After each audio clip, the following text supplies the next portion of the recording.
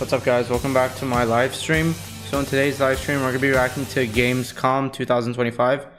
And I am deeply excited for this because Resident Evil 9 is about to be shown, Fallout is about to be shown, Ghost of Yotei is about to be shown, and Silent Hill F is also about to be shown. A lot of games are about to be shown.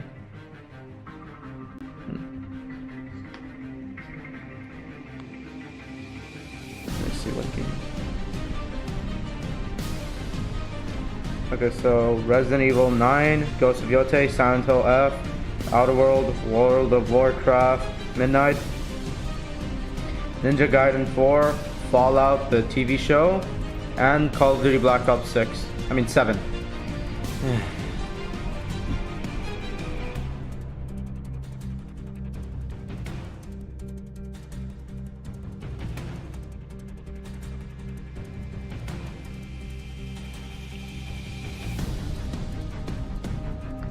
Anyways, we get to see gameplay of Resident Evil 9, and I really hope, I hope I see Leon.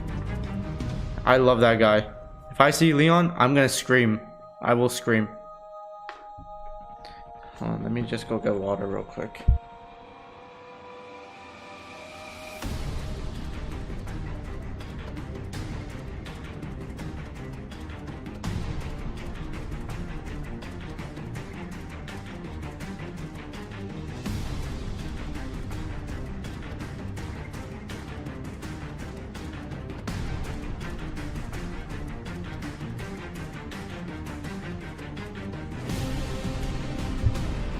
I'm back. I got my water right here.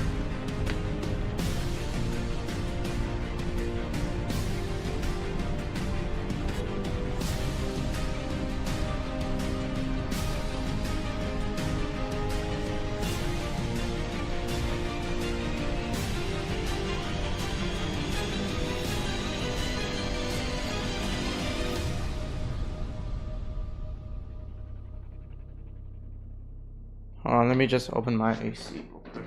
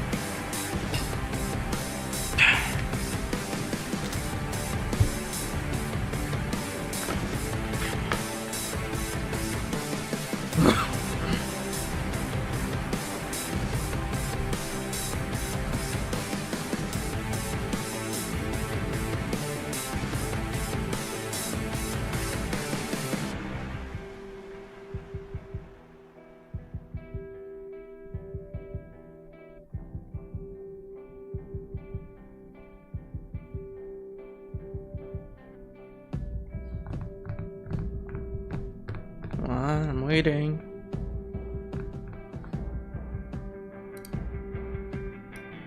Let me just see something real quick. Let me see the streamer I was watching earlier.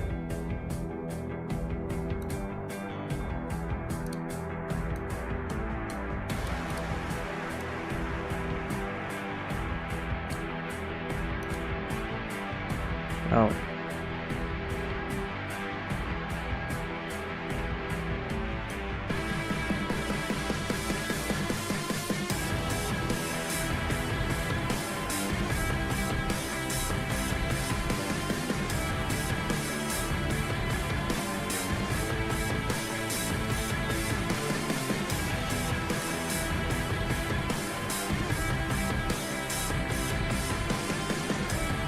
Okay, this is gonna start in like a few minutes. So, what do we do while waiting?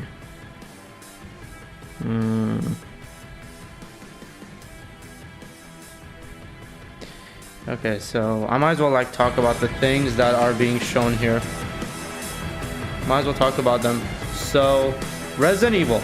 I am pretty excited for that game because I absolutely love Resident Evil. Resident Evil 4 Remake is my top 50 favorite games. It is absolutely a masterpiece. I would highly recommend everyone playing it. And Ghost of Yotei, I love Ghost of Tsushima, and I really hope this also has a good story. I mean, you know what they say, if something is good, it doesn't need like, you know, a sequel. And Ghost of Tsushima sure as hell did not need a sequel. And Last of Us did not need a sequel. And Fallout, I absolutely love the show, and I'm hoping that season 2 is gonna live up to the same hype. And seeing Ella Purnell, sexy, Yep, she played a sexy character in my favorite TV show, and she also played another sexy character in the show. Yeah, and I'm talking about Jinx. All right, don't judge me. She's hot.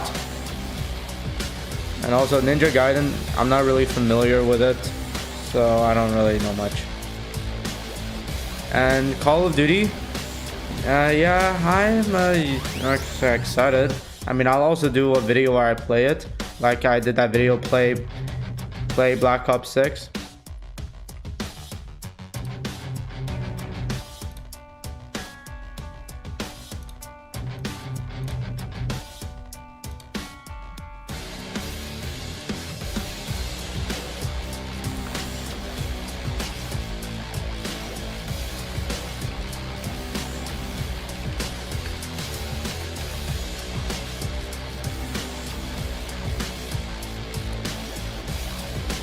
And I did not react to the teaser trailer of Call of Duty Black Ops 7.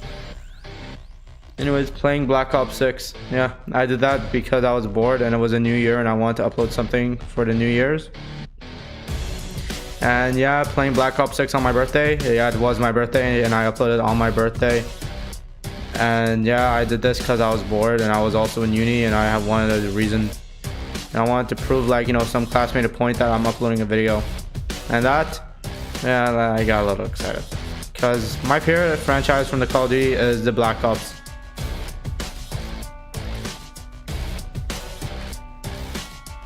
Okay, so what else?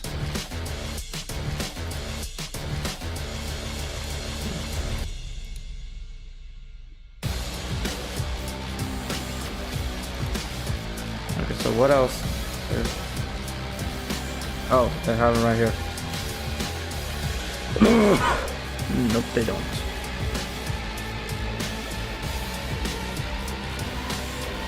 Okay. Okay, so Silent Hill F. It says a beginning. It's like it takes like all the way to the past, and that would be pretty cool. And I do want to, like, you know, play it, and maybe do a let's play. And Ninja Gaiden 4, I'm not familiar. Outer World 2, also not familiar. Black Ops 7, World of Warcraft, never cared.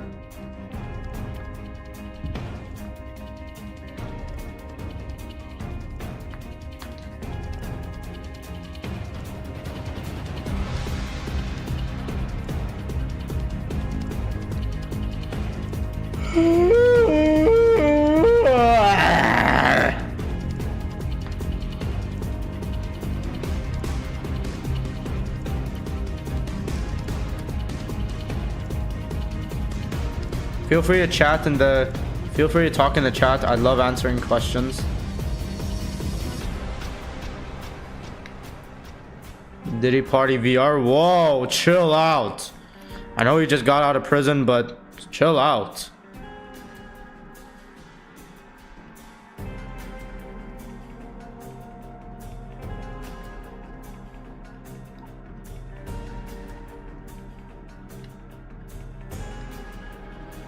Final My Fantasy. Yikes. What else? Roblox 2? Okay, yeah, that's never gonna happen. TikTok remastered? Nope. Cyberpunk 2088. Batman Arkham 4. Ultra Kill 2. Oh yeah, Resident Evil 9, yes. Hearts of Iron 5, okay. Dead Space 4. I'm really hoping for Half-Life 3. And let me guess, the next person is gonna say Marvel Rivals 2.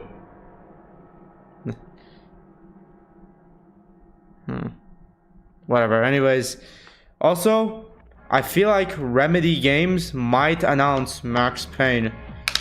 I mean, they say they are working on it. I've even talked to ChatGPT, and he said that they're currently working on it. But see, there's a problem. Max Payne remake is gonna be probably hard to make because the voice guy that played Max Payne, he is legendary and he is gonna be impossible to find. Alright, let me show you.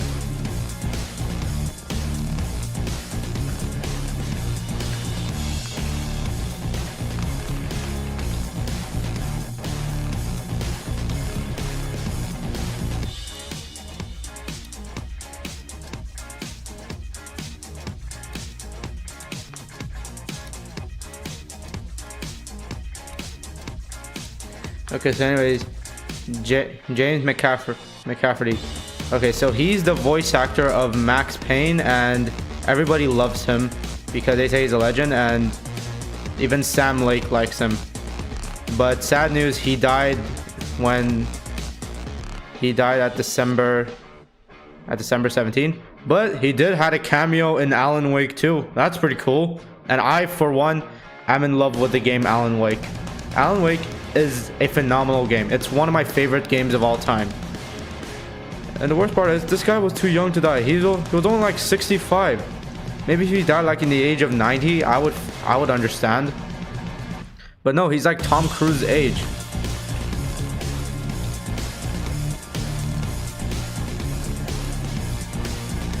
Like, see, Tom Cruise is... Whoa, Tom Cruise is younger than James. Oh, by the way, Tom and Ana de Armas are dating now. Yep, it's proven. Tom and Ana de Armas are dating. Judy.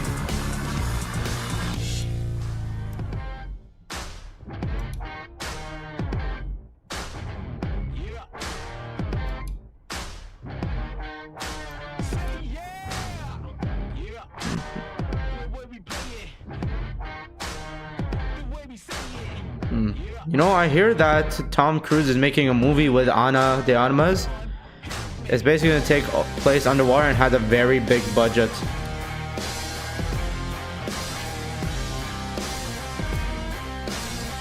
So basically the whole Tom Cruise movie with Ana de Armas, it'll take place underwater, and it also has a very high budget.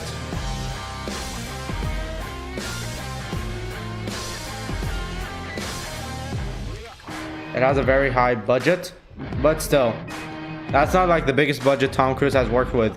His last movie, Mission Impossible 8, it had a very, very massive budget. Like, let's see.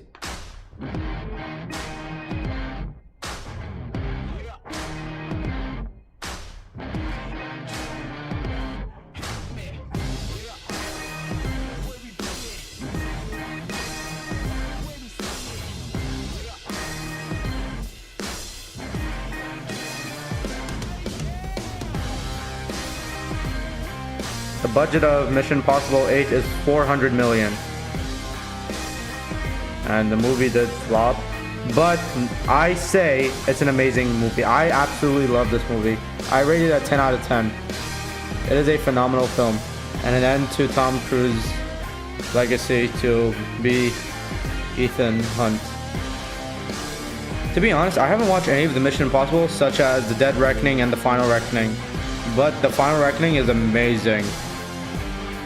And the movie, and this is how much money it made in the box office.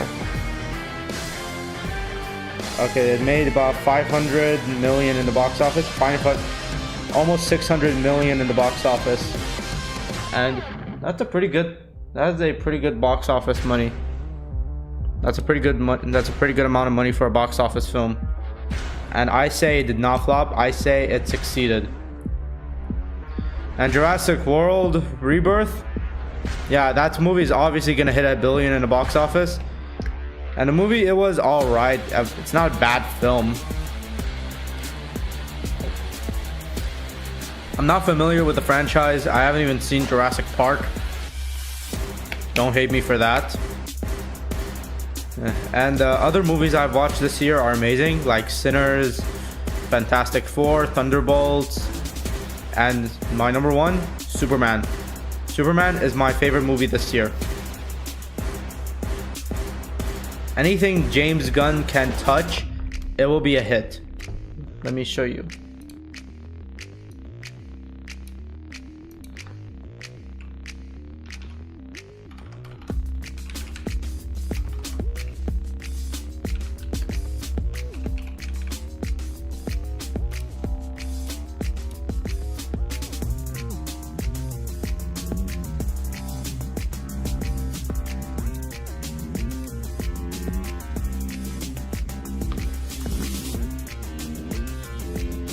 Okay, yeah, it feels better.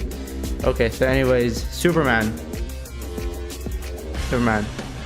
83 in the box office. I mean 83% Rotten Tomato. Guardians of the Galaxy, 92% Rotten Tomato. So the Suicide Squad, which I actually find is good, 90% in Rotten Tomato. And my favorite, Peacemaker, 95. I have no words. This movie is, this show is just amazing. I absolutely love this show. This is one of the best Guardians of the Galaxy movies to ever release. Period. And Supergirl, no, that movie hasn't come out yet. So. What part did James Gunn had in Scooby-Doo? This movie is one of the best Marvel films. This movie is one of the best Marvel films to ever release.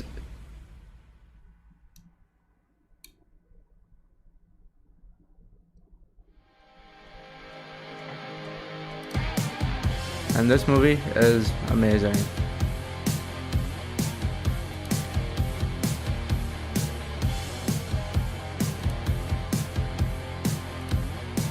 And I see he's also making Clayface. And I think he's helping with the Batman Part 2. I find the Batman Part 1 amazing. This movie, phenomenal. One of the best Batman films. But it will never, ever in his life, it will never beat this one. It will never beat this. This movie is one of the greatest movies I've ever seen in my entire life. This is not just my favorite DC movie of all time. This is my number one favorite movie of all time. Dark Knight is amazing. I would recommend everybody watching it. This guy play as a Joker is amazing. This guy played as Batman is amazing. And him. He played James Gordon and it's amazing. And The Dark Knight Rises, I find it also a masterpiece. Batman Begins, it's also a good movie. And this movie is phenomenal. But this movie is outstanding.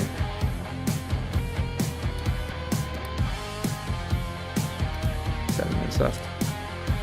And this guy, he retired from acting, but still he is a good actor. See, look, a retired English actor.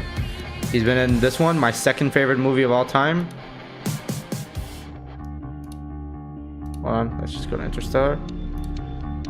We're gonna go to the legendary director himself, Christopher Nolan.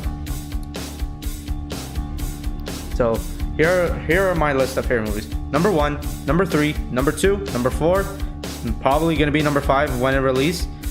And I haven't seen it. Number 5 from now, not on my list. I don't really care about this, but still, okay, I don't know much about these, but all I know is these 4 legendary films. I would recommend everyone watching this, and I'll definitely watch this movie when it releases. I'll even watch it on IMAX. I've actually seen the teaser for it on theater.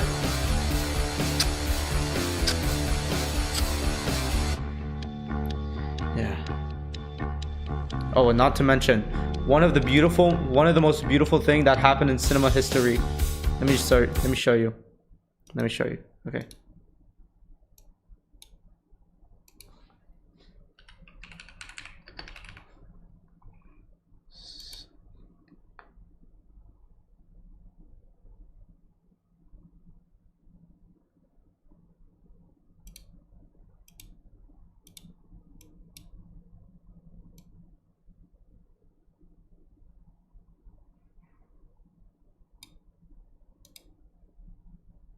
This is it.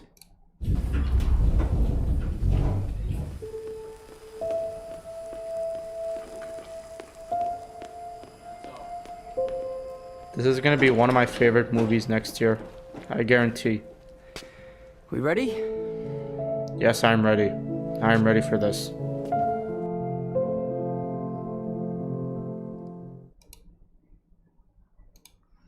This is gonna be movie of the year in 2026. I can guarantee you.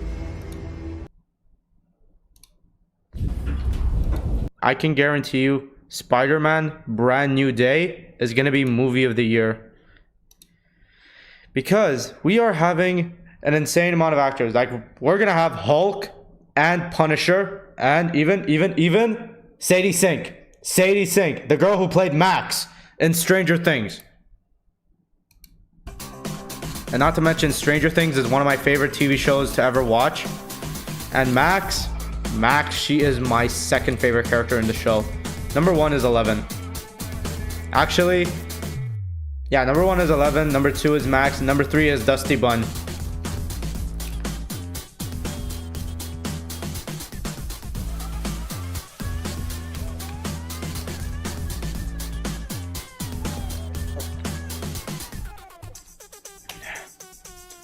Oh, if they have a Doom Dark Age DLC, that'd be pretty cool. I absolutely love Doom the Dark Ages. And if they have a DLC for it, they should be cool. Also, I've been seeing like some leaks that's saying that Kingdom Hearts 4 might be shown. This guy, what is this real? Anyways, I've been seeing like, I saw like a YouTube video of how Kingdom Hearts 4 might be shown in Gamescom. I really hope so, because I want to see what's gonna happen in Sora's life next.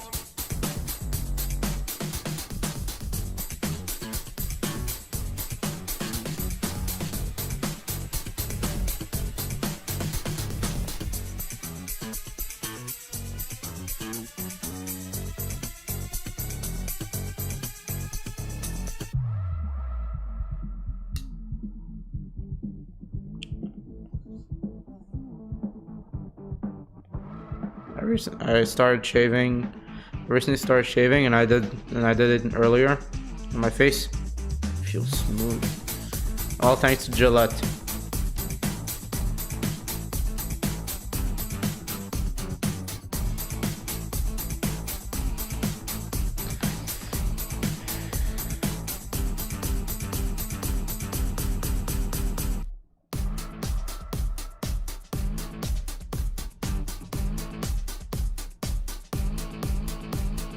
Why are people commenting about Israel?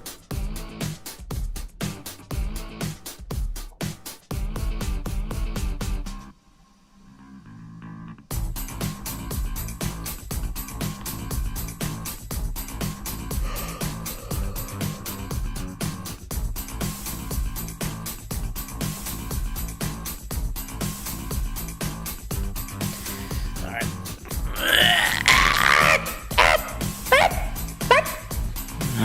2 minutes. Free Diddy. Whoa, calm down. You all know who P. Diddy is. You know, Puff Daddy. Puff Daddy, P. Diddy. The guy that's obsessed with baby oil and has 1,000 baby oils in his house and threw a Diddy party.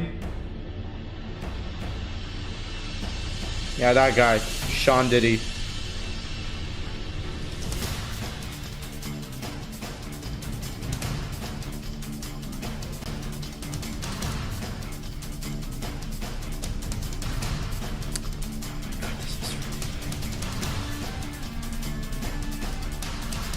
I just want all countries to be free.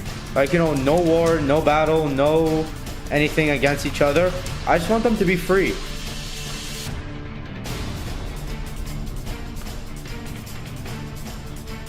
And I really hope in this Gamescom, Valve will announce their next game. And please, please, please let it be Half-Life 3. Please. I'm begging you, Valve. I need a Half-Life 3.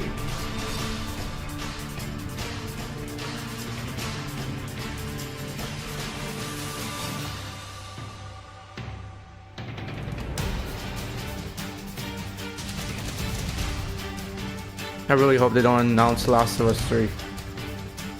But the game Intergalactic Heretic of Prophet, I am excited for that game. But some people are now hating it because they don't like a bald lesbian in the game, which I completely understand. But I don't think that's anything to, like, you know, hate about. I mean, the only thing you can hate about the game is if the story is bad. I mean, if the story is bad, then that I would understand. Okay, 10 seconds. So if the story is bad, I would understand. But if the gameplay is good, then I don't understand. Like, the only thing I like about The Last of Us 2 is the gameplay. And now they have that in Last of Us Part 1.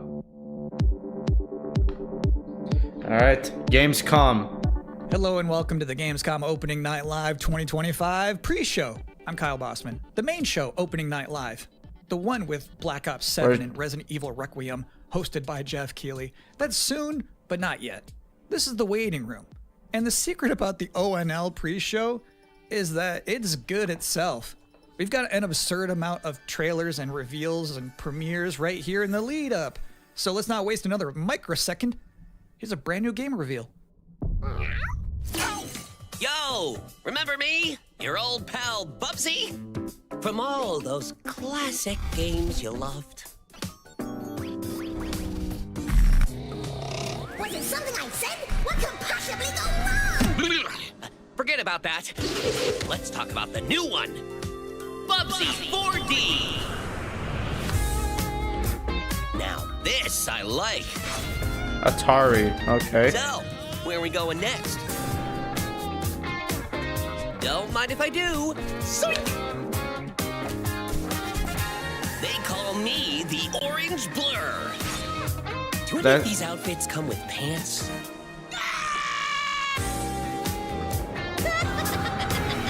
You know, I've only got one brain cell, right? And it's working overtime on this baby. Atari? I didn't even know they were still around. Same. The first game I ever played on my PlayStation 29 years ago was Bubsy 3D. If you told me back then that one day I would be introducing Bubsy 4D to the world, I'd say, yeah, that sounds about right. Now let's keep this pre-show poppin'. Here's another brand new game announcement.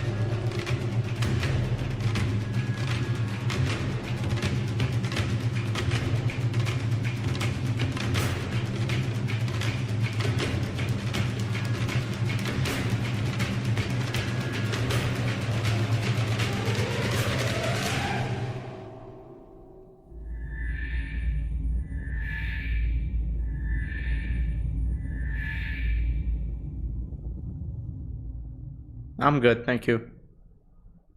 You're watching the Gamescom Opening Night Live pre-show, which will basically be me teeing up wall-to-wall trailers in the time before the main event. We do have an interview coming up with the project lead of Double Fine's Keeper. For now, here's a trailer for a LucasArts classic remastered by Night Dive Studios. Atari, okay.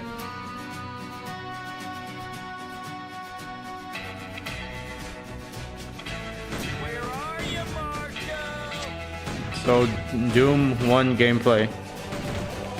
You afraid of dying, kid? Keep that fear.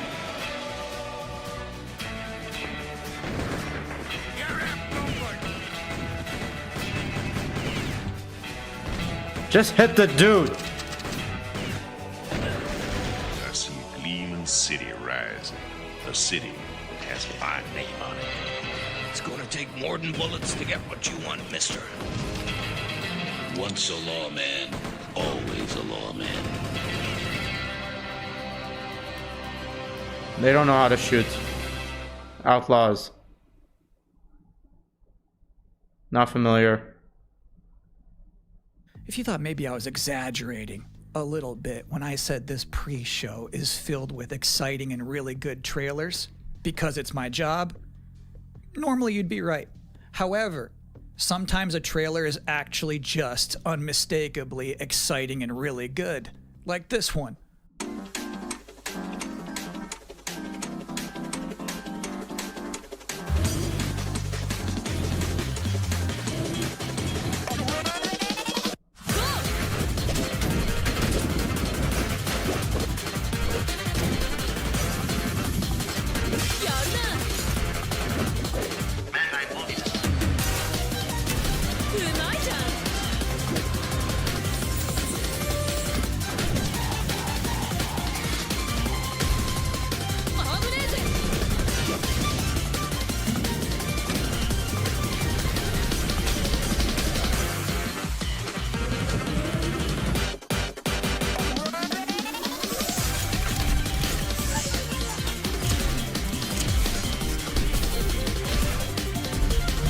What am I looking at? In this Absolutely year's not. Xbox Showcase, Double Fine announced their first new game since Psychonauts 2. It's called Keeper. And joining us tonight in a recently pre-recorded interview is the game's project lead, Lee Petty. Hi, everyone. Thanks for having me. I'm so excited to have you here. So you showed a first look at gameplay of Keeper. The game itself is about the lighthouse, but also the bird as well, right? This duo. And I'm curious about whether that was conceptualized first as like imagery, like it sounds like a cool idea, or if that was conceptualized first from like a gameplay standpoint. I always think about the total experience more than, say, mechanics and art and story. A lot of the game is about, this lighthouse waking up after eons of lying dormant and learning to walk. And the bird is part of that, right? So the bird and the lighthouse are perfect companions because they're different. At the same time, the bird is wary of dark spaces, and there's a malevolent presence around the island that the lighthouse can keep at bay. So together, those two set out on this tale, and their abilities complement each other, but also the bird becomes, I think, kind of the emotional heart of the game. You have an extensive background as an art director, right? I think that's apparent when anybody just looks at Keeper for the first time. So I'm curious about your inspirations. There's so many inspirations for Keeper, and one of the ones that really stuck out was the Dark Crystal. I saw it as a kid, and it was really inspiring to me because it felt like such a different take on a fantasy world that I hadn't seen before. And it was beautiful, but also a bit tragic. It was scary at times, but also really playful and fun. Do the bird and the lighthouse have names? Yeah, well, at least the bird does. And we call the bird Twig internally because she has a beak that is made of driftwood. But for now, the lighthouse is simply the lighthouse. It's just simply the lighthouse, yeah. Lee, thank you so much for joining us here in the pre-show. When will people be able to play Keeper? On October 17th this year, which is coming up really soon, and we can't wait for people to get in there and experience our strange, beautiful world for themselves. Thanks so much for joining us. Thank you. Well, that was a great interview. And if you thought this pre-show couldn't get any more masculine, buddy, watch this. At last, Castle Grayskull is mine! Not so fast, Skeletor. Whoa, what's happening? He-Man and the Masters of the Universe, Dragon Pearl of Destruction coming soon to all platforms? Yes, it's He-Man and the Masters of the Universe, Dragon Pearl of Destruction. Intense beat-em-up action that puts the power in your hands. Grab a friend and fight for Eternia with 4 playable heroes, classic arcade controls. It's powered-up pixel perfection for your gaming console or personal computer. He-Man and the Masters of the Universe, Dragon Pearl of Destruction, coming soon. From Limited Run Games. Thanks for joining us here at the Opening Night Live pre-show. We're only about halfway through. It's a sufficiently chunked up show. And just to prove my point, here's a new trailer for Absolum.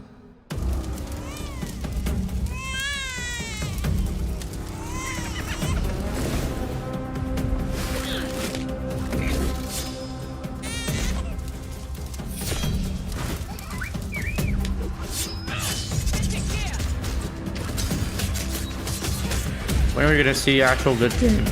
When are we gonna see actual good games? Like you know, Resident Evil.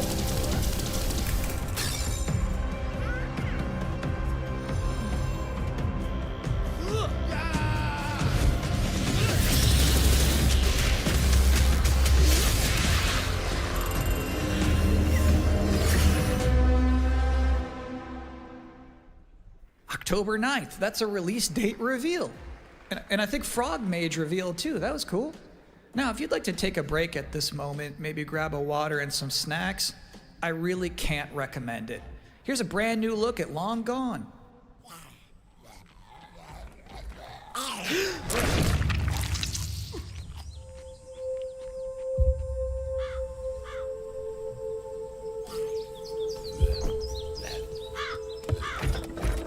What did they do? Weld these things on?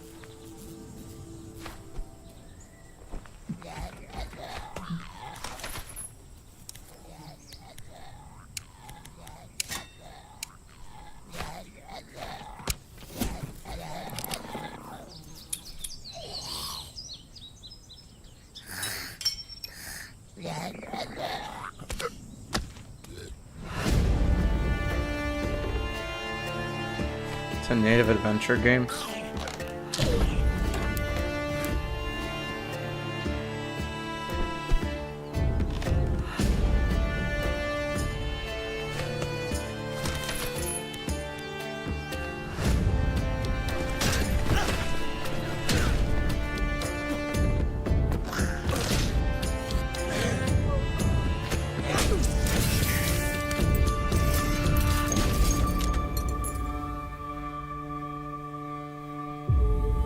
Long Gone. I'm gonna check it out when it's out.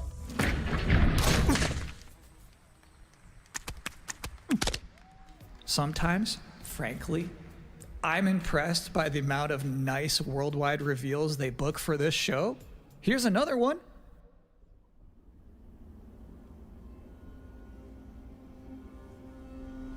Creators of Ghost Runners. Okay.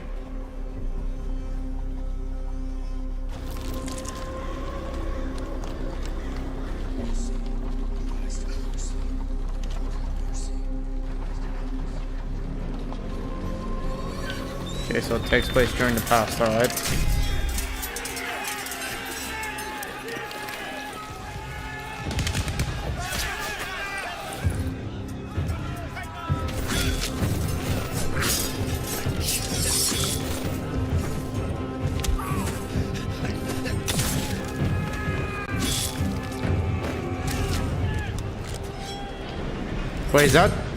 Wait, is it Sniper Elite or something?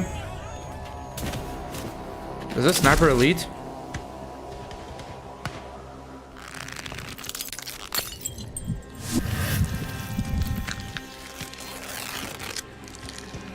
Okay, no, because I don't think they have this.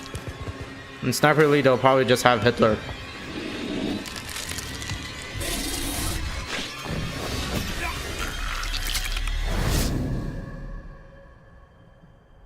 What game is this? I'm actually kind of curious.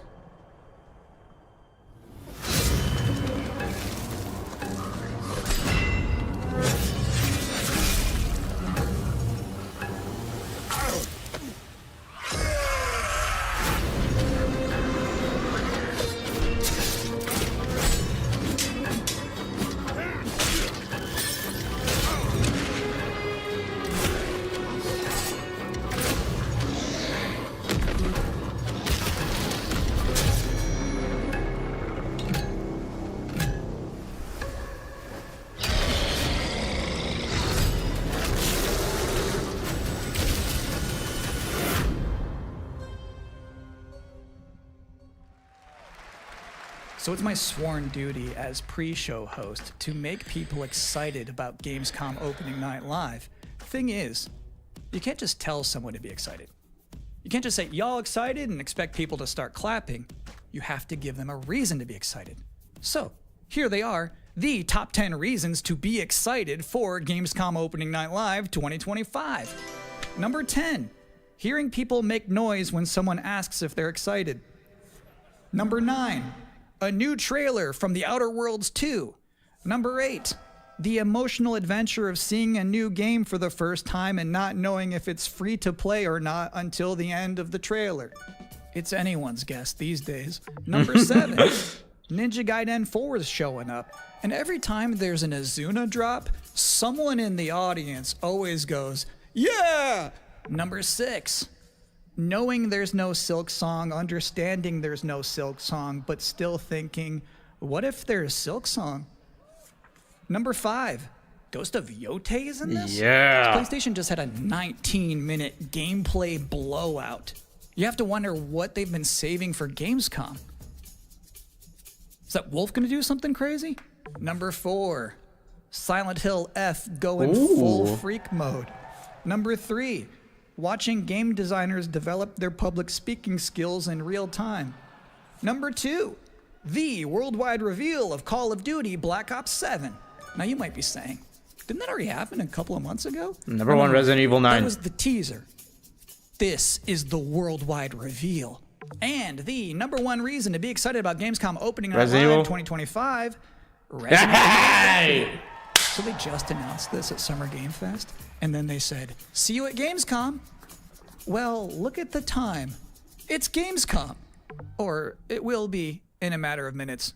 You're still in the pre-show, but how about a new look at Planetverteidigungskanonen Kommandant?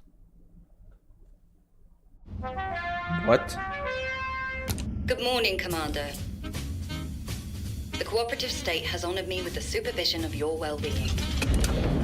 Get you back up to speed before our lives are on the line.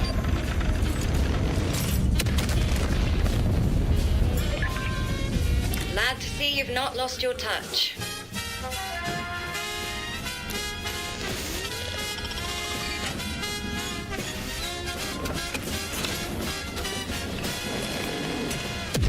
So all you do with the game is just launch missiles? Multiple separatist vessels approach. They wish to eliminate this facility. Destroy them before they do. That's all you do? Just launch missiles? Or more? Up. The days fly by when you love what you do.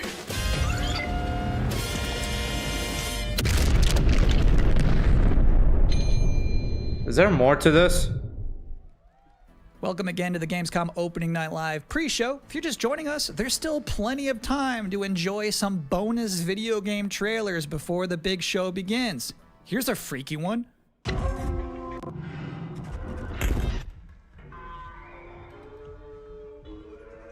An indie horror game? Nice. I'm down. Backrooms? I hear A24 is making a Backrooms movie.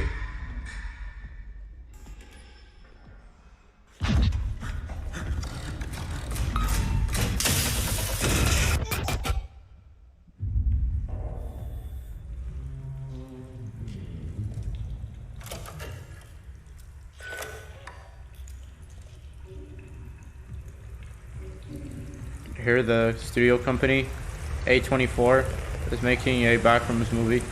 That's gonna be pretty cool. I'm excited to get jump scared during the movie.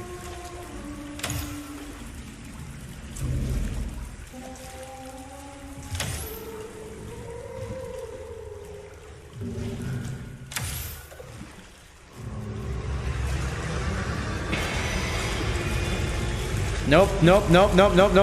I'm gone.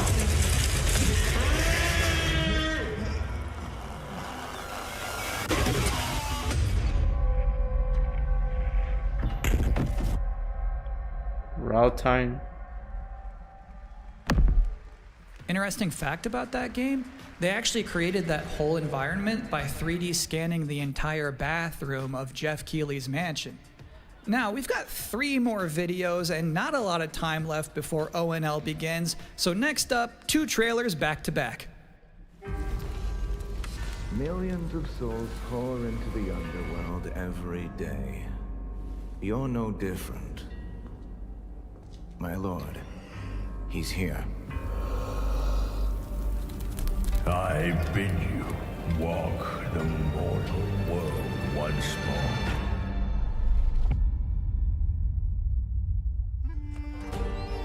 Fallen leaves return to their roots. You shall gather the souls that stray.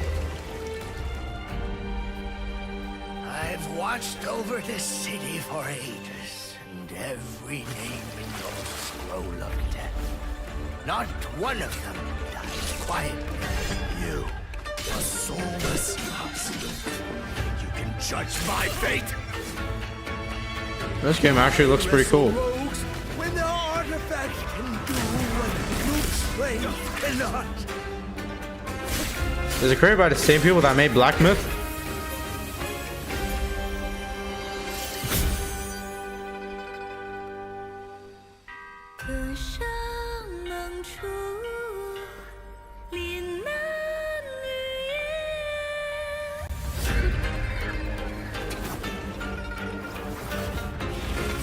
What? The soulless husk?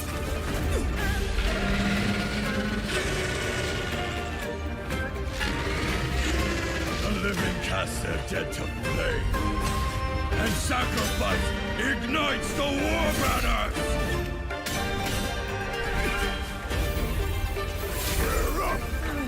Here we go again.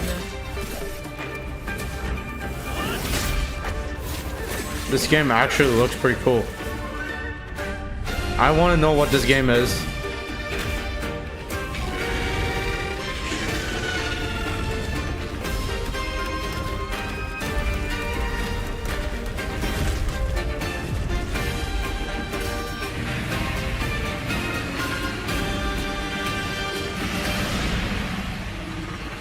If you know not life, how can you know death? Swords of Legends. If this was created by the same people that made Black Myth, I would not be surprised.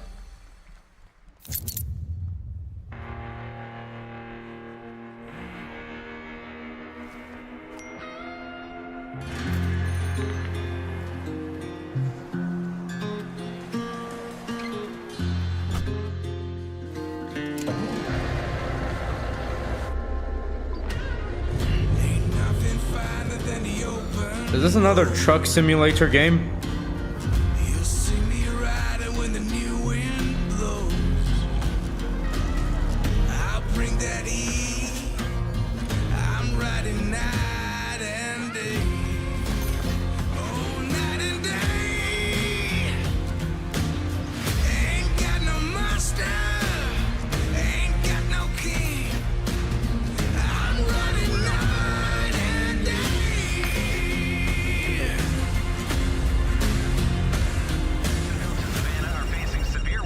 News, Deacon.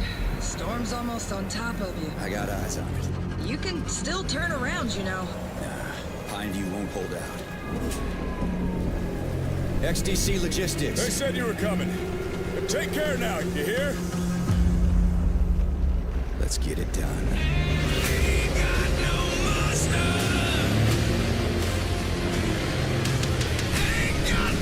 Be the hero of the open road. Road King. Okay, I'm actually curious what this game is. Another indie game? A moment to catch your breath after that. But to be honest with you, that was not the last King of the Road you're gonna see in this pre-show. I've got one more trailer for you. A brand new reveal for Sonic Racing Crossworlds.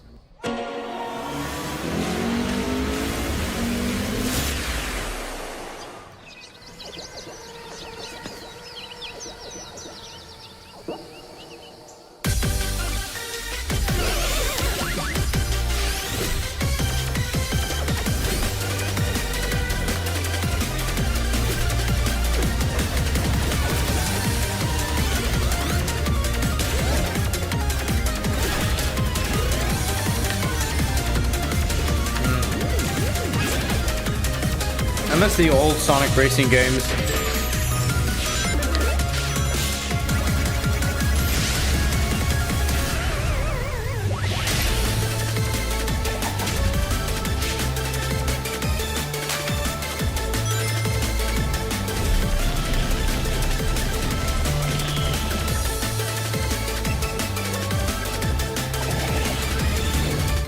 And that concludes another 10 out of 10 pre-show. Up next, Black Ops 7, Ghost of Yotei, Silent Hill F, Resident Evil Requiem, even more apparently. It is time for Gamescom Opening Night Live 2025. Thanks for watching. Let's get on with it. Don't care. I've shown worse.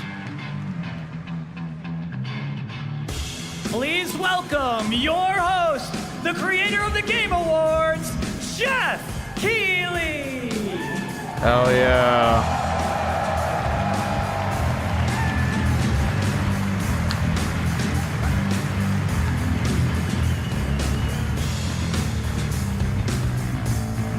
My guy, Jeff Keighley.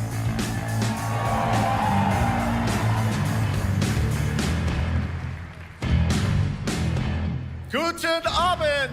Welcome to Gamescom! Wie geht das Deutsch? All right. This is Opening Night Live. Hello, everybody, and this is the kickoff to the biggest games festival in the world right here in Cologne, Germany. We've got over 5,000 fans in the hall here at Cologne Messe tonight. Welcome, everybody. And by the end of the week, more than 300,000 people will walk the show floor, which for the first time has more than 1,500 exhibitors. It turns out that E3 didn't die, it just moved right here to Germany. And of course, there are millions more watching live around the world. No matter where you are, we're all connected tonight as one global community to celebrate the art, creativity, and joy of games, from the boldest indies to the biggest blockbusters. Today, the game industry has never been more dynamic. Clever ideas from small teams are breaking through in huge ways. This summer, Peak, a co-op climbing game created by Aggro Crab and Landfall Games, stormed the charts on Steam, and right now I can announce for the first time it has sold over 10 million copies to date. Congratulations to the team. And there's also other fun ones, like you guys have probably played Date Everything, a wild dating sim where you can romance a treadmill or a curtain. It's on Steam right now, check it out. It's sold an estimated 500,000 copies. And all these successes prove something important. Small teams with big ideas can change the industry. And that brings us to one game made by a handful of developers in Australia. For 6 years, Team Cherry has been crafting Hollow Knight's Silksong. It is highly anticipated and Steam's most wish-listed game. Well, tonight, I can finally definitively tell you that Silksong is 100% actually launching this year. And behind me, you're seeing some brand new Silksong gameplay, the first extended look since the last trailer in 2022. And starting tomorrow, you guys here at Gamescom can play a demo at the Nintendo and Xbox booths. There you go, Silksong is real.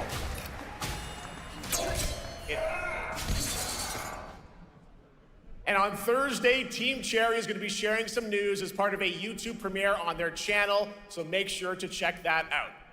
Tonight, we'll give you a first look at this holiday's biggest games, like Call of Duty Black Ops 7 and Ghost of Yotei, plus major news on Prime Video's Fallout Season 2 arriving in December. And later, we'll have a special performance of the music of Claire Obscure Expedition 33, one of this year's most celebrated games developed right here in Europe. Plus, a brand new look at Resident Evil Requiem from Capcom. Yeah! And the world premiere of the opening cinematic from World of Warcraft Midnight from Blizzard. Now, as always, ONL is also about surprises, and we do have multiple brand new AAA game announcements and reveals over the next 2 hours, so stick around right until the end. This is our biggest opening night live we've ever done, so let's not waste another second. It all begins with this.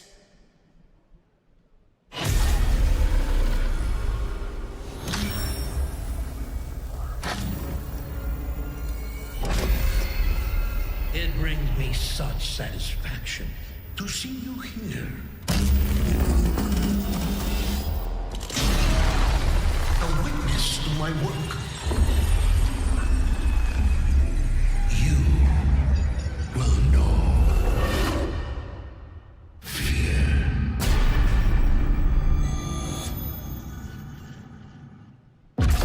They want you afraid.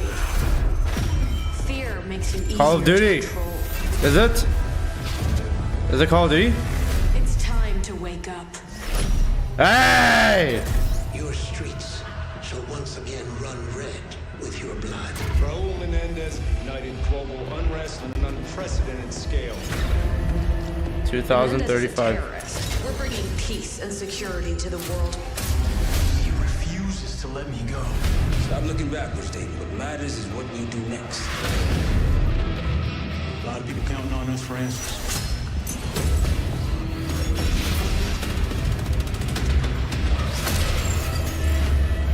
Is it gonna be human versus AI? That's cool. Oh, he's high.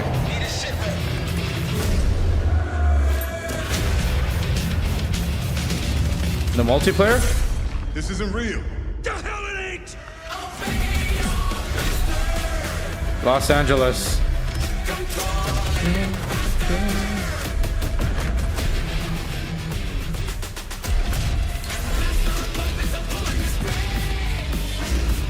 Oh, Tokyo, nice. Alaska.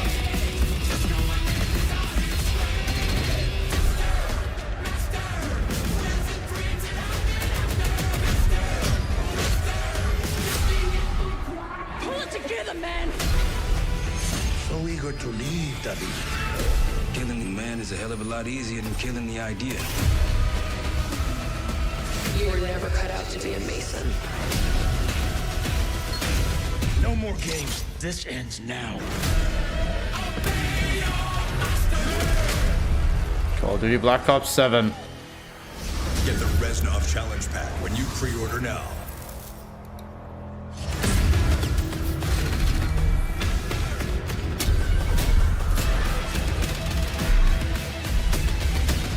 Even the zombies. Nice. Oh, you can play in this gameplay? Alright. How about that? Zombies, of course, Dead Ops Arcade as well, and it looks like we also have an official date. Call of Duty Black Ops 7 releases on November 14th. And to tell us more, please welcome Miles Leslie from Treyarch and Natalie Pohorsky from Raven to Opening Night Live.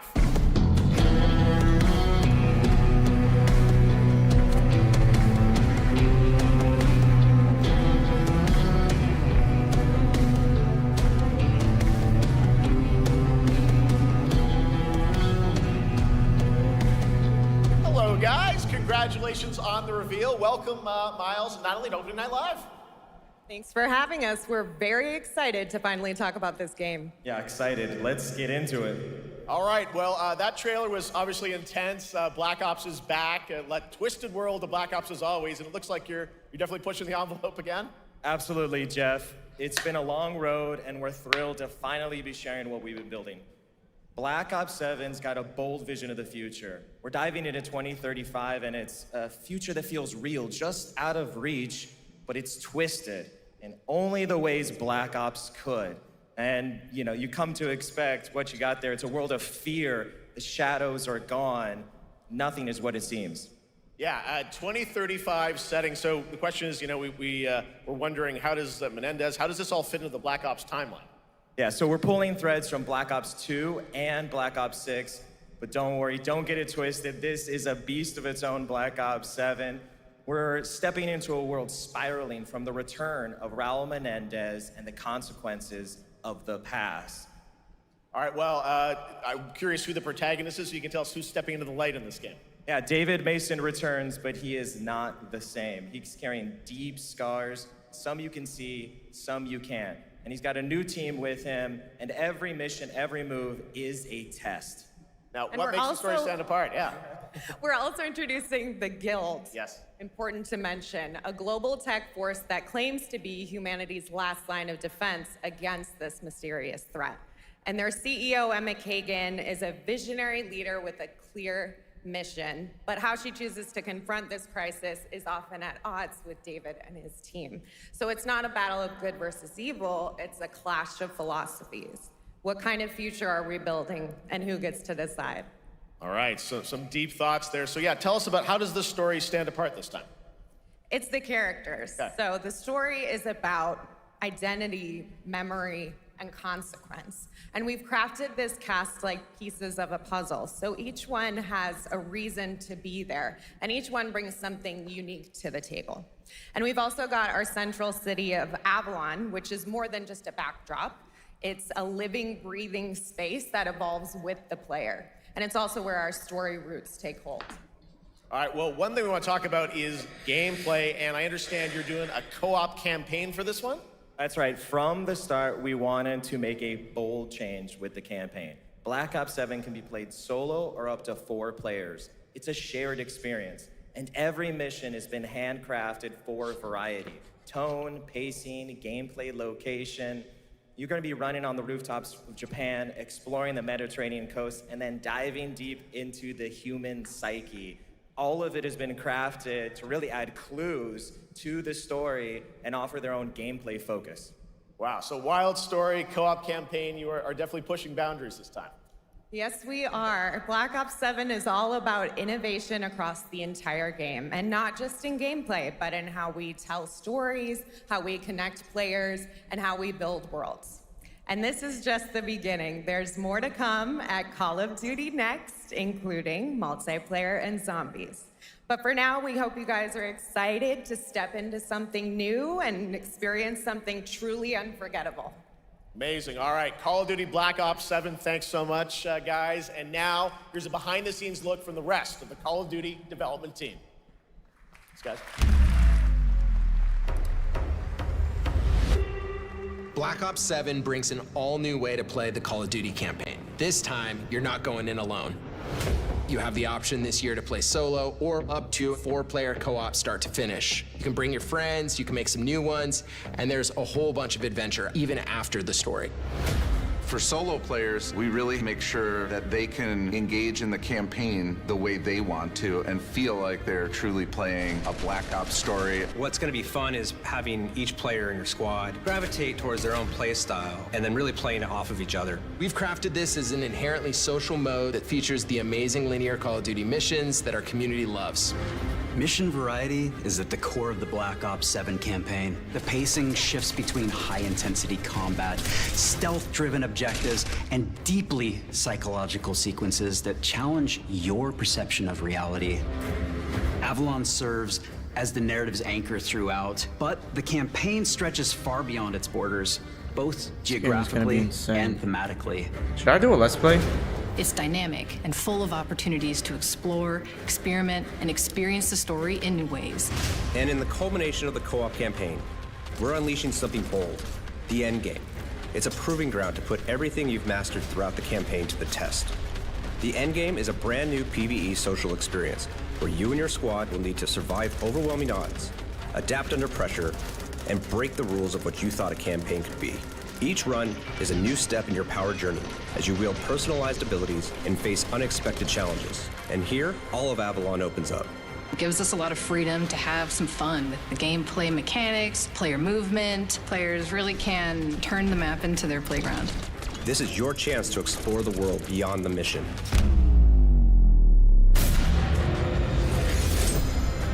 That's just a quick look at what's to come with the campaign. Every mode of this game is built with the intention to deliver the best possible experience to our players. So whether you're a Call of Duty veteran or new blood, there's something for you in Black Ops 7. I'm down to play. I think I will do a Let's Play. All right, for much more on Call of Duty Black Ops 7, make sure to watch the full-length Black Ops 7 Direct and tune into Call of Duty Next on September 30th. Still to come, we'll have news on Fallout Season 2 and the announcement of a brand new game from adventure game legend Ron Gilbert. I grew up playing his games, and I can't wait to show you his next unexpected creation a little bit later. All right, who's ready for our first brand new game announcement of the night? I figured you'd feel that way. Well, to do the honors, please welcome back to ONL one of the most respected and recognizable hosts in esports. She's my co-host, Shox.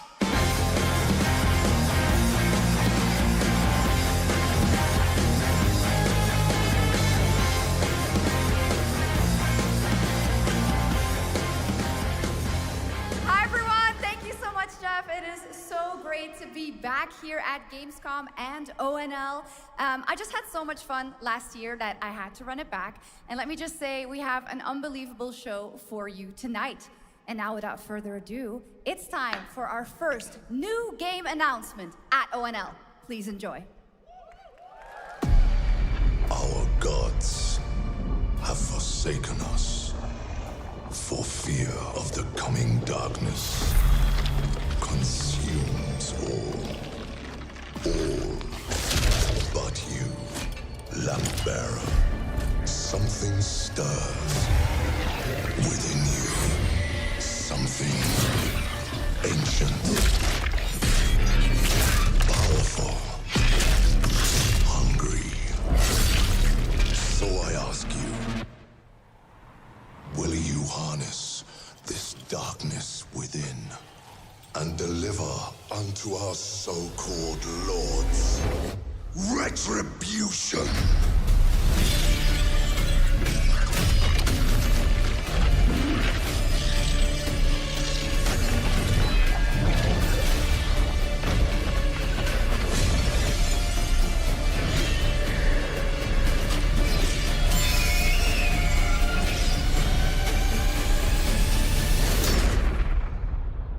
Should you fall, the world falls with you.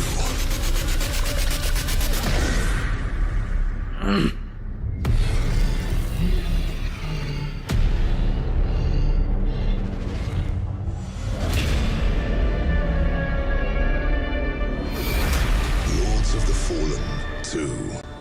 Wishlist now. Wishlist now. All right, Lords of the Fallen 2 is official, set 100 years after the last game as the fragile veil between the living and the dead begins to tear. CI Games promises a sequel that's bloodier, faster, and more brutal than ever.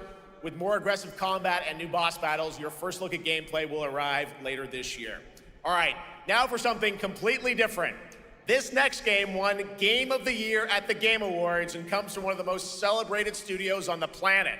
Next year, it's making the leap to become a major anime. And tonight, we're breaking the news with your exclusive first look. Sekiro?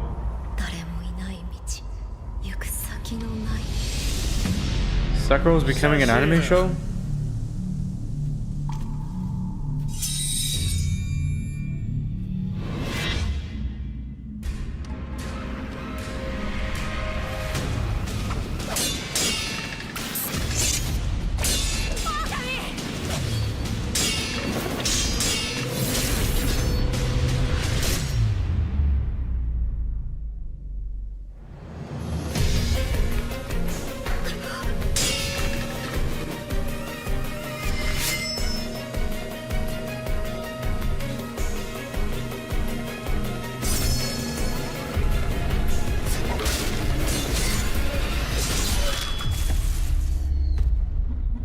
Sekiro, no defeat. Okay. So it's like From Software is making an anime show. Looks awesome. All right. We're just getting started. Our next new game announcement stars a hero who needs no introduction. A true legend of justice and gadgets.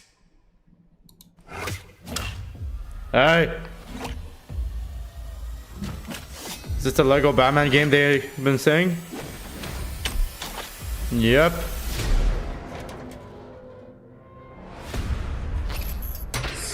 I love Lego Batman 2.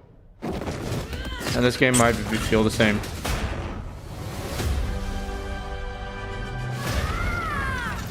I need to become more than a man. I need to become a symbol. What did you have in mind?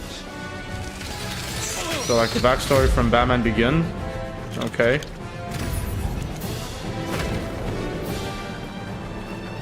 Wasn't it crazy? I was talking about Batman earlier, and now we get a footage of a Lego Batman game. It's insane. Who are you? I'm Batman. The suit looks like it came from the Batman movie, and the Batmobile is from The Dark Knight.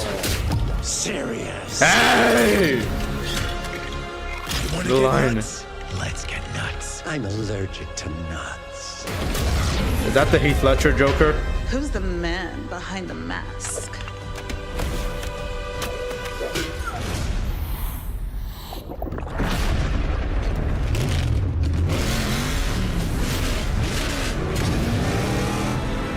And the Batmobile itself. I got you! Reference from the Batman.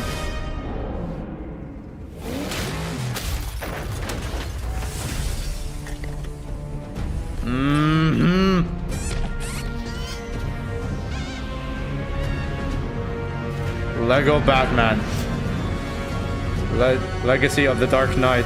Oh, you think darkness is your ally? And Bane from Dark Knight Rises. Adopted the dark. I was born in it, molded by. Ah! Who put that there? I could have really hurt myself. Yep, I want that game badly. Okay. The Bat is back. Please welcome the head of Lego Batman development team, Jonathan Smith.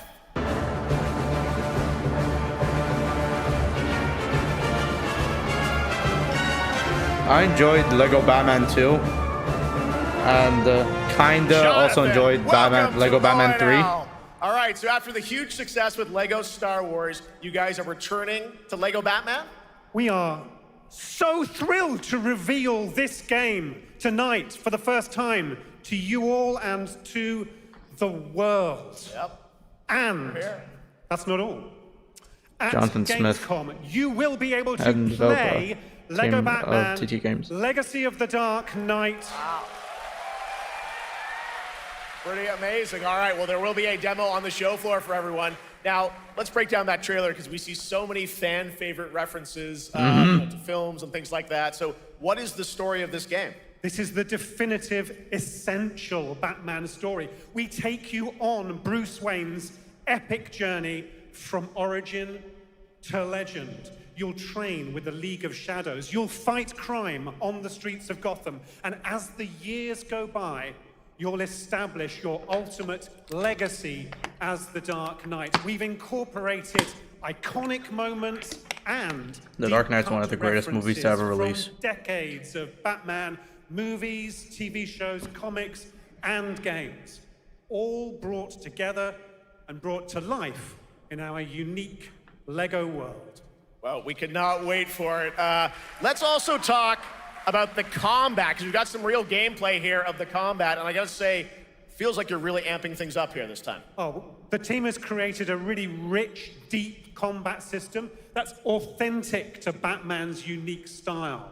So, surrounded by enemies, you'll pull off powerful attacks, counters, and takedowns. You'll use cool gadgets like batarangs to stun enemies and the Batclaw to reel them in. For the first time, we've added difficulty levels, Caped Crusader and Dark Knight mode for those who want an extra challenge. And you'll build a new Bat family of allies as you're joined by playable partner characters like Jim Gordon, Catwoman, Robin, Batgirl, each with their own gear, which you'll need as you take on a rogues gallery of villains from Joker, Penguin, and many more, including the mighty Bane, as you saw in the trailer, voiced by the incredible Matt Berry. Oh my God, I cannot wait to see what you're packing into this game. I thought it was Tom Hardy. Looks like you have a bit of a, is it an open world Gotham? Is that fair to say this Sure, time? that's right. Gotham is a playground, a Lego playground where you're free to explore. You can grapple from rooftop to rooftop, glide over the streets, or cruise around in your choice of Batmobile. This game has it all. I think you've sold me on it. All right, Jonathan. I'm pretty hyped about it. It will be here playable, as we mentioned, for all you here in Germany. You can play Lego Batman Legacy of the Dark Knight for the first time starting tomorrow on the Gamescom show floor. Thank you so much, Jonathan. Awesome. All right, now over to Shots with our next new game announcement exclusively on ONL. Thank you so much, Jeff. Indeed, I find myself here in the audience. There we go. I find myself here in the audience. Thank you so much, Jeff. And some of the best fans at ONL. So is everybody having fun? I love it. Well, we're just getting started. Still to come, we have an amazing musical performance from Claire Obscure Expedition 33. I can hardly wait. And also a new look at Resident Evil Requiem, as well as a bunch of other surprises. I know what you guys are excited for. I can hear it. But now it's time for a new game announcement. A long-awaited sequel that fans have been eager to see for nearly a decade. We have fought the enemies of humanity across 1,000 worlds. No respite, no remorse, no mercy. Warhammer, okay. We are the wrath of the Emperor, his angels of death. But is that Warhammer? Lies broken, its armies scattered and reeling. Yeah, it's Warhammer. Foes rise to drag us down, and the galaxy has been torn asunder. On the world of Kronos, we make our stand. We are the Blood Ravens. There is no victory to claim here. Only vengeance to enact. Whilst even one of us lives, we fight. For only in death does duty end. Warhammer, Dawn of War. Not familiar with it. Wait, that's the gameplay? That's lame.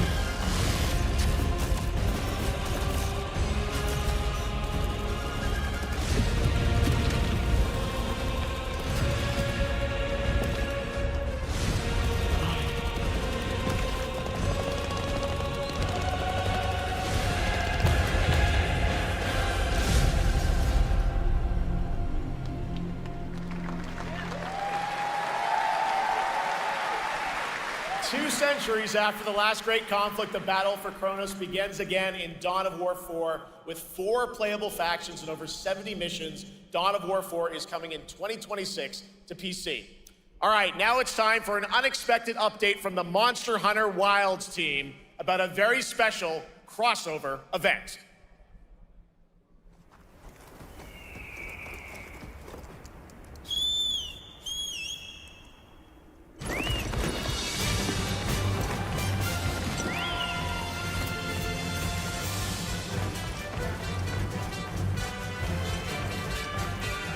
Wait a minute, I recognize I'm... yes. I knew it.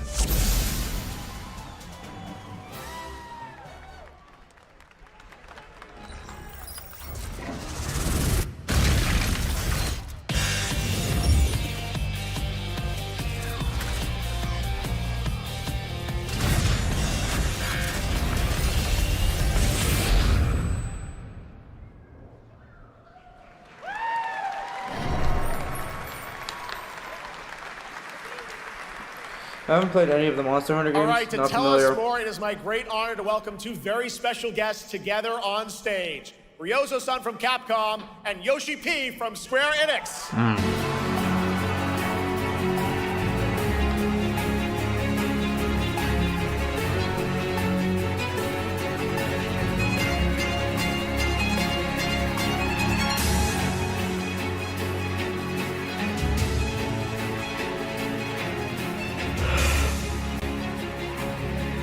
Will translate for us.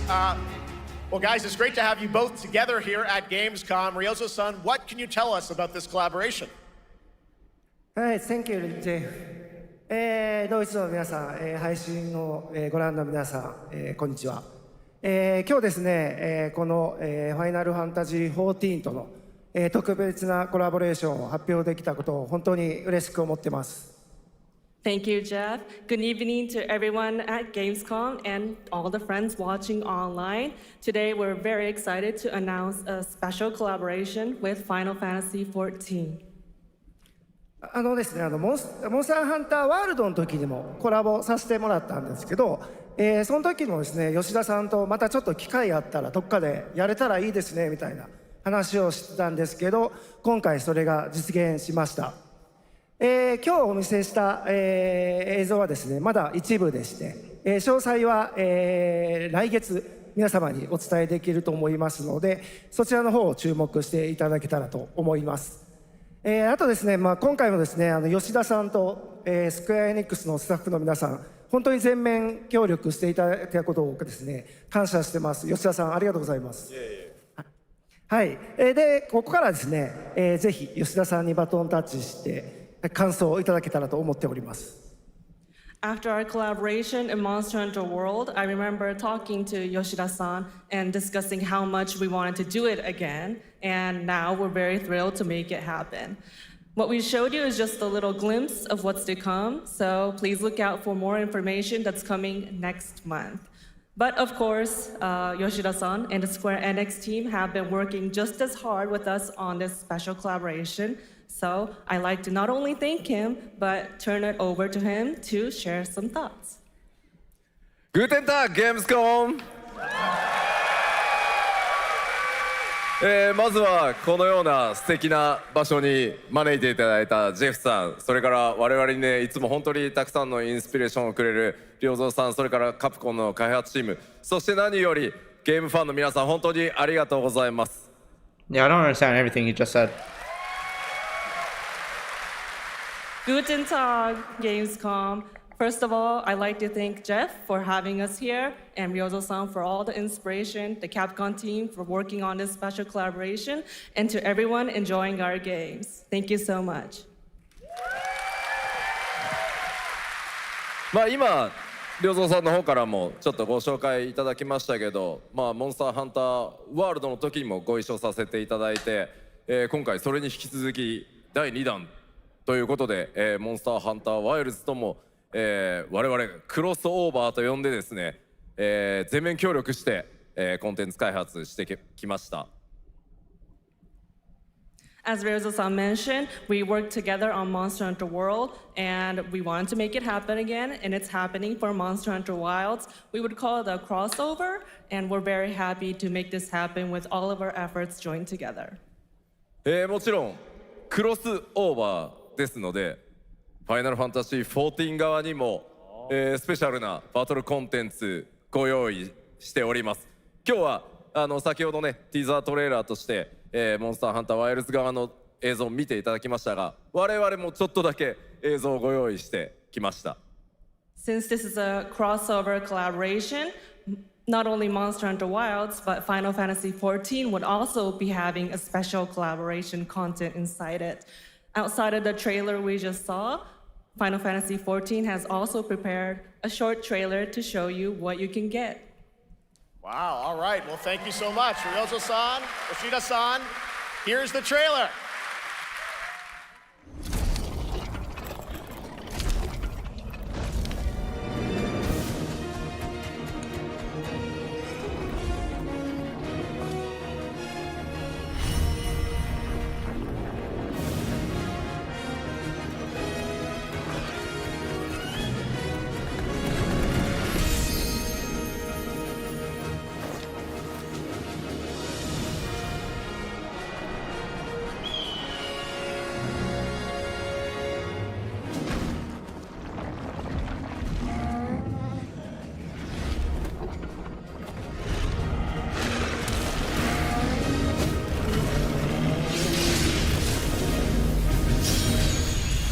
Final Fantasy 16 is amazing. I haven't played 14.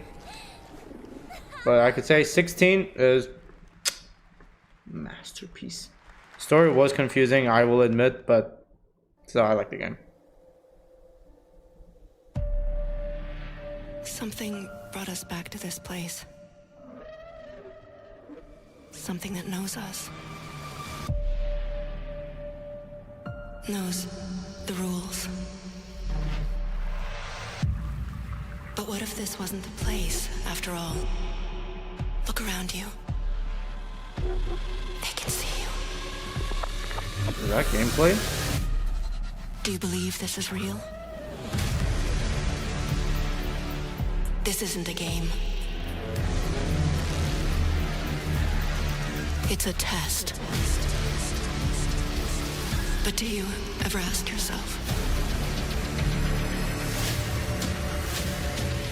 what are we here for?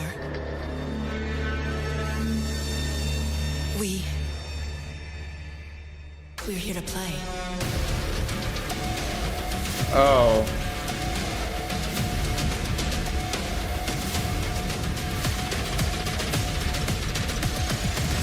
Are you ready to play?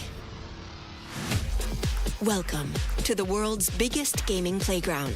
Game on. 500,000 people, 1,500 exhibitors, endless games to explore right here in Cologne. Discover rising stars at Gamescom Awesome Indies. Step into the cosplay universe, on-site or online. Watch, join, become the hero. Experience live shows, esports battles, and creator events in the Gamescom event arena. Not in Cologne? Go to Gamescom.global. Stream the highlights on Gamescom Now, vote in the Gamescom Award, or dive into our Gamescom studio on Twitch and YouTube.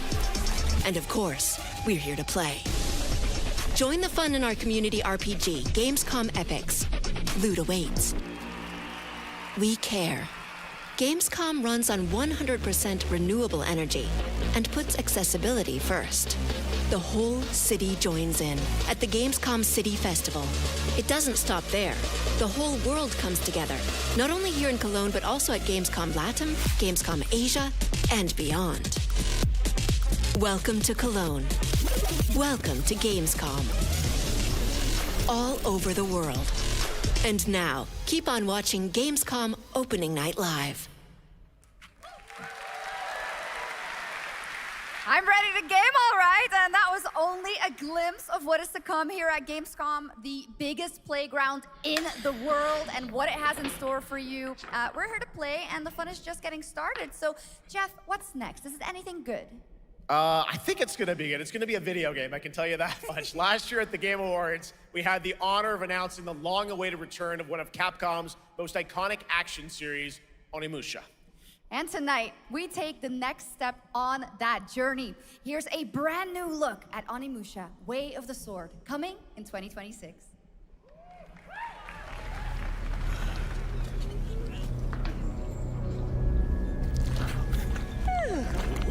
Where are my manners? Hello there, fallen samurai. To think something like this was right under the city.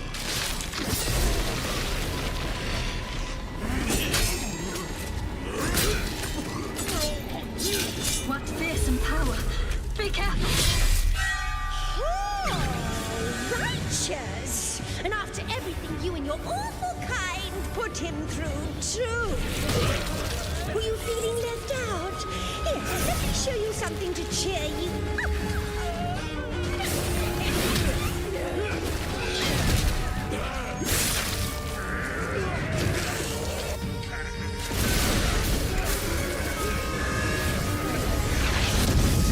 Controlling this lightning.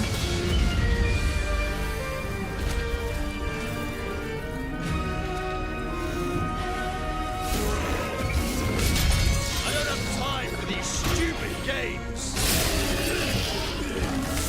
Oh, I'm terribly sorry. Anyway, do enjoy.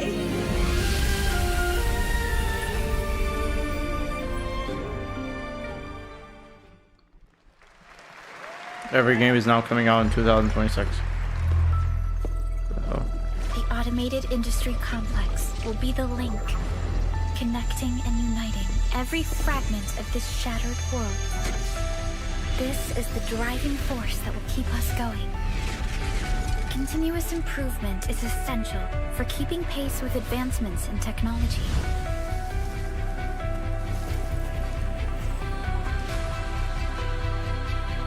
Enfield.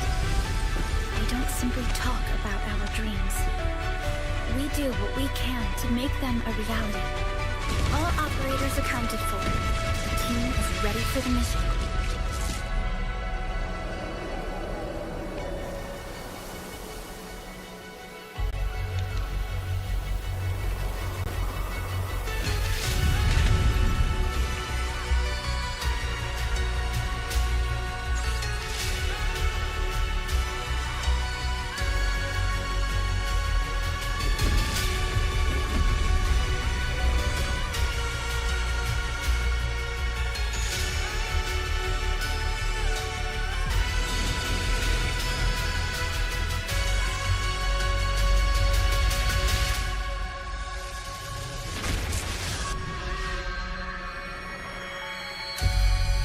No, I'm good.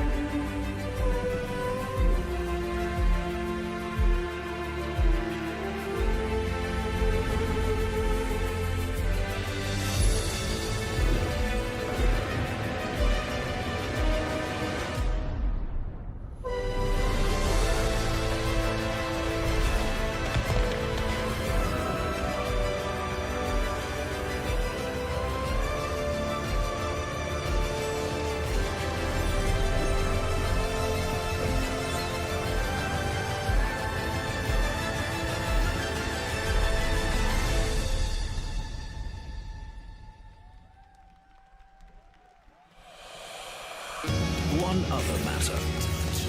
The Alpha. She was found. This will truly be the birth of a new world. A world where we are the one and only human race! I'm afraid your friends came far too late. I see the years haven't been kind. I know about the Alpha. Why is she here?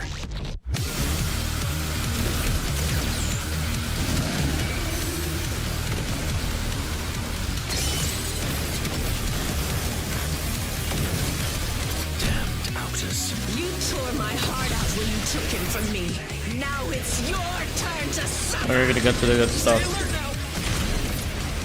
Hand over the Alpha and let us end this war. Oh, Mother. Thank you.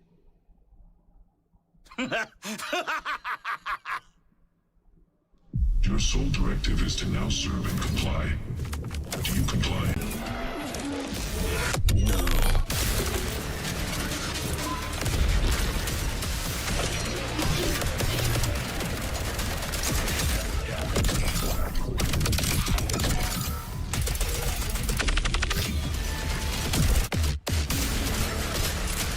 A way out is here. I can feel it. Void break. You guys having fun so far? We got a lot of shows still coming your way. All right, now it is time to head back into the wasteland. We're talking about the TGA award-winning Fallout series based on Bethesda's legendary RPG franchise. Season 1 earned universal praise for its tone, storytelling, and original characters, not to mention how faithfully it brought Bethesda's game world to life. Well, later this year, the series returns to Prime Video for Season 2. To tell us more, please welcome to ONL some very special guests. Series executive producer Jonathan Nolan, executive producer Geneva Robertson-Dorrit, and stars Ella Purnell and Aaron Moten.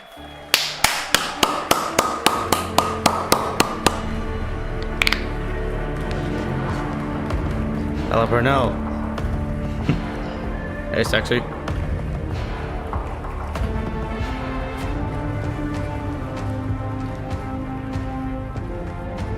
Hi, everybody. Great to see you all. Welcome to Cologne and Gamescom. Jonah, we've got 5,000 Fallout fans here in the hall tonight, millions more watching online, and we can't wait to hear about the new season. Yeah, we're very excited. We literally just wrapped, jumped on a plane, and came out to see you guys. Gamescom is actually really kind of where it started for us, the journey on this show. It was 2 years ago. We asked Todd Howard to come here and show the very first footage that anyone had seen anywhere of the first season. We didn't come because we figured if the reception was negative, we'd just blame it on Todd. So we're back, and given that history, it's that much more disappointing that we didn't bring any footage to show you guys. Well, let's talk a bit about season 2. As we see behind us, it looks like we're headed to New Vegas, right, Janelle? Yes, Lucy and the Ghoul ended last season dealing with a lot of family troubles. So we thought it would only be right to send them to the most family-friendly town in the wasteland to go deal with their shit. And along the way, we're really excited to take them all to some of our favorite locations from the game. Oh my God, yeah, it's such a classic game, and we're very excited to see what you have in store for us for season 2. Ella, it's great to see you again. Thanks for coming out to Cologne. Hello. Last time we saw you was at Game Awards when Fallout won Best Adaptation. You were up against yourself in Arcane, and you won for Fallout. Congratulations. We want to talk about Lucy's journey in season 2. How do you think her exposure to the Wasteland is going to sort of affect her Vulture sensibilities this time? Yes, the question is, what is she gonna do when she finds her dad? Is she gonna bring him back to her vault and give him justice, or is she gonna give him Wasteland justice, which is the Ghoul's justice? I think a central question of the season is whether Lucy will transform the Ghoul or whether the Ghoul will transform Lucy, and how much they will influence each other. Okay, I like it. Aaron, let's talk a bit about Maximus. He went through quite an evolution last season. Now that Lucy and Ghoul are kind of heading to New Vegas, tell us about Maximus. How does he get deeper into the Brotherhood of Steel this season? So deep. Yes. So Tell deep, us more. Jeff. Yeah, when we first met Maximus, all he wanted was to be a knight. And now, in very Fallout fashion, it's a little bit of a careful what you wish for moment. So here he is now with his newfound status, trying to make the world a better place in extremely, or I guess deeply, flawed society. Yes. Yeah. All right, well, we cannot wait to see what you guys have in store for season 2. Let's talk a bit about Ghoul. Can we expect more sort of Cooper Howard flashbacks as well in season 2? Yes, absolutely. Cooper Howard and the Ghoul, played by the amazing Walton Goggins, definitely coming back. We have so much more to do. Obviously, we ended the last season with Cooper Howard dealing with, I think, a very common marriage problem. What do you do when you find out your spouse is planning nuclear war? And so he's going to figure that out. And as he does, he's going to uncover a greater conspiracy with huge implications for the Wasteland. All right, well, we'll look forward to seeing how that unravels. Now, season 1, of course, was known for amazing original characters that you guys built in the Fallout world. We thought that was so cool. But now that you're diving a little more directly into New Vegas, I think the fans here want to know, are we going to see any more direct ties to the video game and characters, locations in this season? Well, we're super proud of the original story that Geneva and Graham are telling. But there was one character in particular from New Vegas that I was really excited at the possibility of seeing a little bit more from. We're writers, we're no good at describing this stuff. Maybe we should, pictures worth 1,000 words? Oh. I think so. Okay, all right. Well, it sounds like then we might get to hear a little bit more Seal of season 2. Is that possible tonight? Well, I don't know, Jeff. I heard you like world premieres. We like those, right, guys? Right, Gamescom? Gamescom? All right, Gamescom. Here's a world premiere of our teaser trailer for season 2 of Fallout, streaming this December on Fallout Prime Video all over the world. Finally. Amazing. All right, let's check it out. Thanks so much, guys. Here we go. Let's see this. Come on. How about that? That looks incredible. Deathclaw, of course, in our first look at the new season, and Robert House's Jonathan Tease, played by This is Justin one of the Theroux. great shows It I've is ever watched. an amazing Gamescom exclusive, and we've got another one for you. The first drop of the all-new Season 2 posters. We cannot wait to see what Lucy. I'll post all 3 of these on in my Instagram for us when stories. Fallout Season 2 begins December 17th, with new episodes premiering weekly on Prime Video. All right, now back to you, Shocks. Thank you so much. That looks so awesome. I can't wait. But last year, Indiana Jones and the Great Circle was acclaimed for its incredible gameplay and story. And next month, the adventure continues with The Order of Giants, a story expansion with new puzzles and foes. Here is your first look at the gameplay and a special announcement.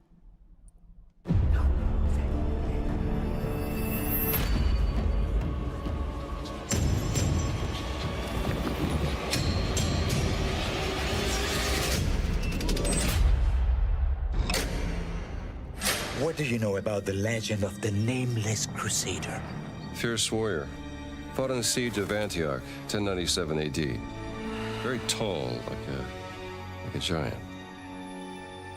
Pope Paul IV had an item of this crusader in his possession, his helmet.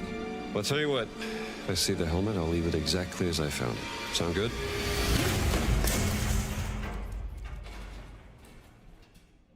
Oops.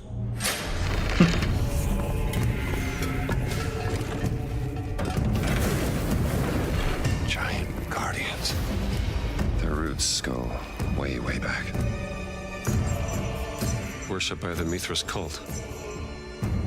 I can't believe you dare to investigate this. Impressive for a snake.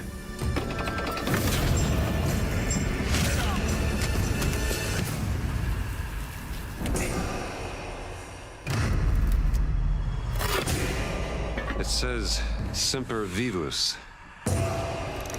Always living. Not dead. He's not in a tomb.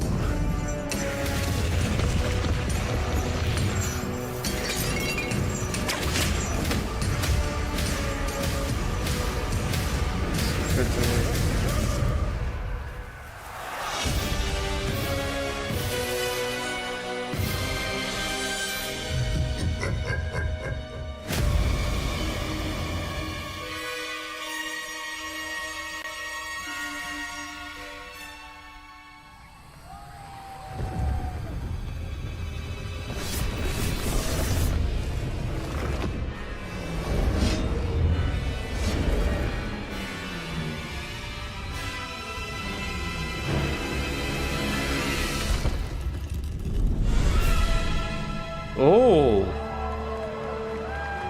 Okay.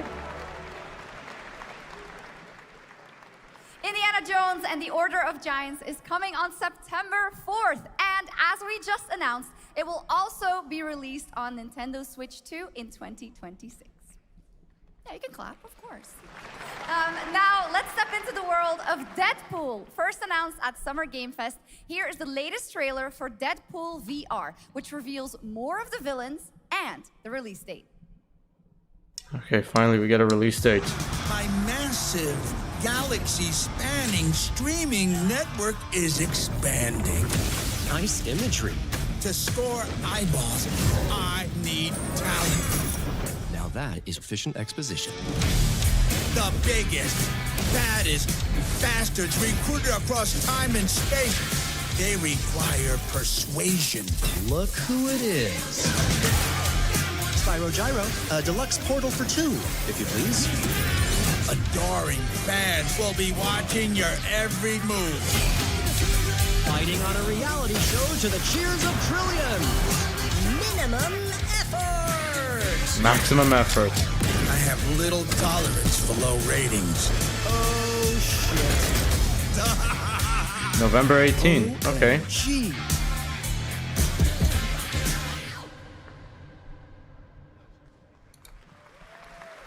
I, for one, am excited. That's right. Mojo is in Deadpool VR 2, voiced by John Leguizamo. Now, on to this next. Then why was in the first trailer Ryan Reynolds' voice? Why in the first trailer there was Ryan Reynolds' voice as Deadpool? Didn't Ryan Reynolds say that if he plays Deadpool one more time, his wife will divorce him? Didn't he say that? I'm pretty sure he did. He said, if I play Deadpool one more time, my wife will divorce me.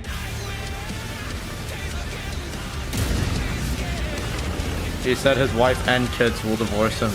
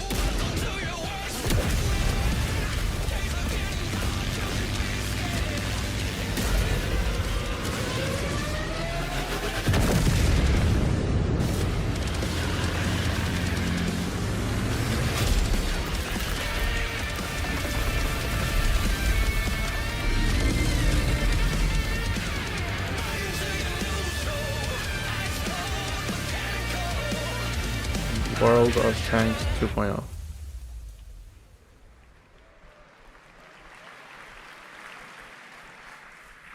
The World of Tanks Update 2.0 lands September 3rd. This is the biggest update in the game's history, featuring 16 Tier 11 tanks and tons of new and upgraded features. Absolutely. All right, next. Saber and Focus delivered Space Marine 2, one of the most fun action games of the generation. Well, next year, they are set to do it again in John Carpenter's Toxic Commando. This FPS action game combines classic 80s action horror with over-the-top humor. Well, here is the world gameplay premiere of John Carpenter's Toxic Commando.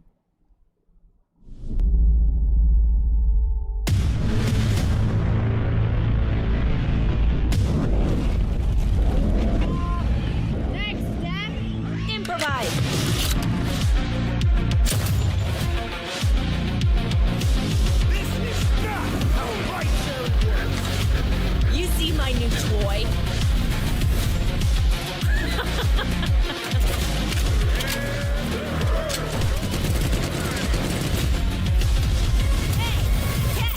Liar, liar! Zombie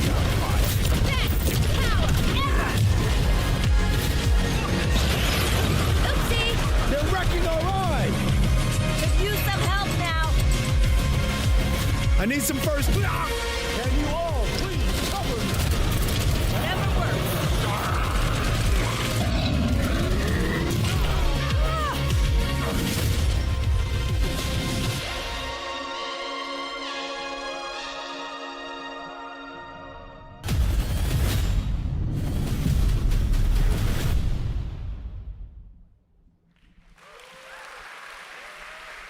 Super fun.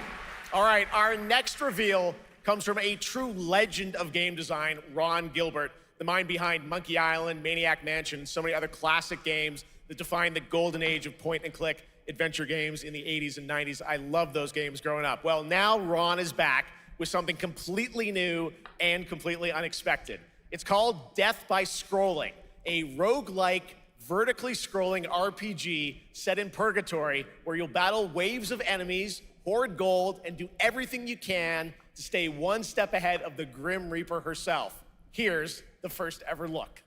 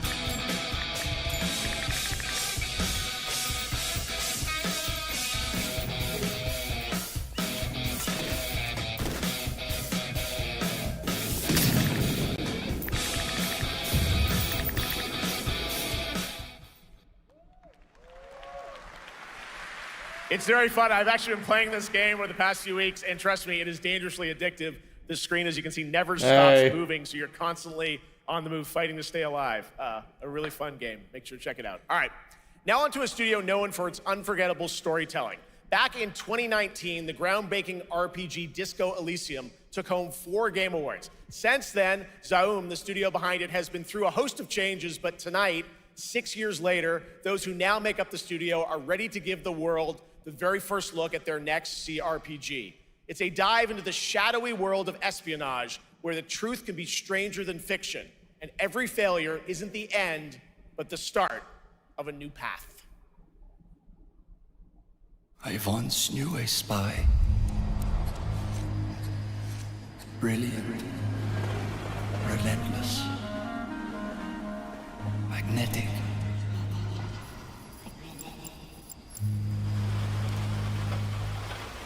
Her name was Herschel. Dark gold hair, a well-worn life beneath.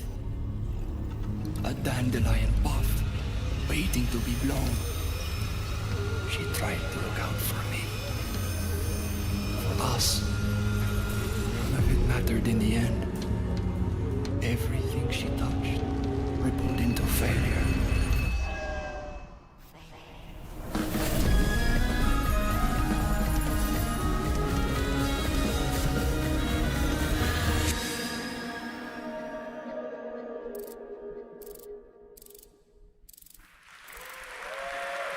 On show Resident Evil 9. Let's talk about Gamescom Cares, our platform for responsibility projects here at Gamescom that we hold. I don't care about that. I want Resident Evil 9. We are giving the stage to highlight one of the many great initiatives. It's dedicated to all the games promoting democracy. We invited a developer to learn more about it, and I'm here with Jörg Friedrich, CEO of Paint Bucket Games from Germany. Hello, tell us about the game you made, The Darkest Files. Hi, thank you. In The Darkest Files, we tell the true story of Fritz Bauer, who was persecuted by the Nazis and forced to flee Germany, only to return after the war to fight them with the sharpest sword of democracy, the rule of law. It shows how quickly a constitutional state can become an unjust state and how this leads to darkness. But it also shows that we cannot simply stand by and watch. When this happens, I want Resident Evil 9. Indeed. There are other examples like your game. I want to see Resident Evil 9. Such as Glass House by Flat 28 Collective from Italy, a story-rich CRPG set in a lockdown apartment block at the dawn of a world war.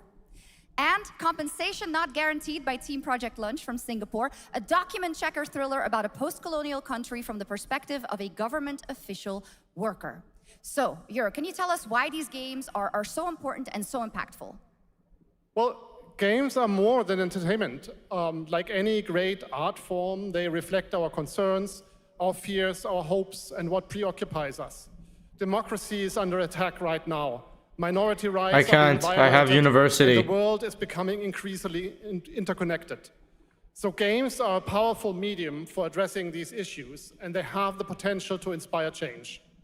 I am glad that not only are many people in the global games industry engaging in projects like this, but also more and more institutions like the European Commission or the United Nations. A very important message. Thank you so much, Jörg. And of course, thank you to all of the dedicated developers around the world who put so much heart and soul into those games, making the world a little better. Please check them out, everyone, and check out all the great initiatives of Gamescom Cares. Now, we have much more Gamescom ONL to come next. It's a very special performance of the music of Clair Obscur Expedition 33, plus Resident Evil Requiem. Oh, hell yeah.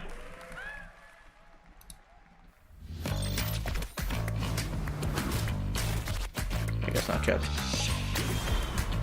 I want to record this so that way I could like post it on my Instagram reel, so that way you see my reaction and you know. And I wish I could post it on TikTok, but I don't show my face on TikTok.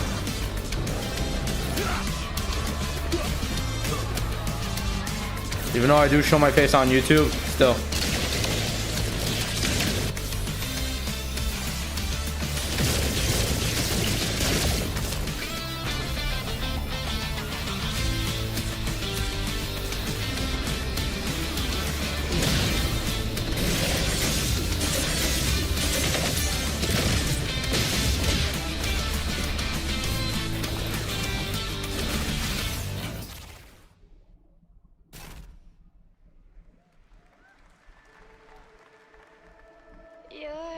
just a part of my life,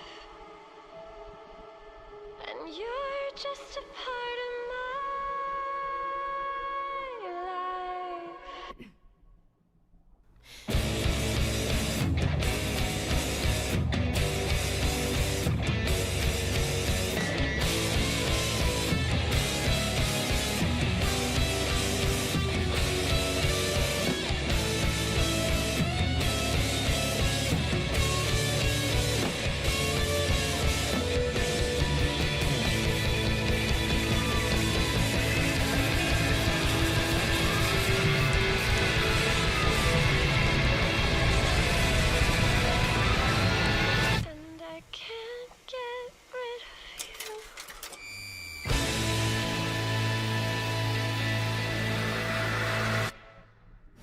After an ageless slumber, the primal flow awakens once more.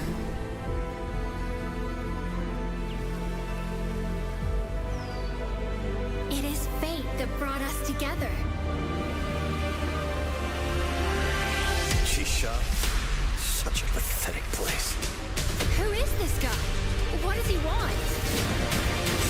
Your ignorance is despicable. A power stirs deep beneath us.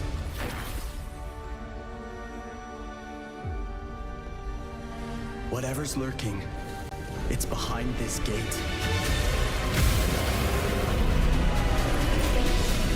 The ground is shaking. It's people.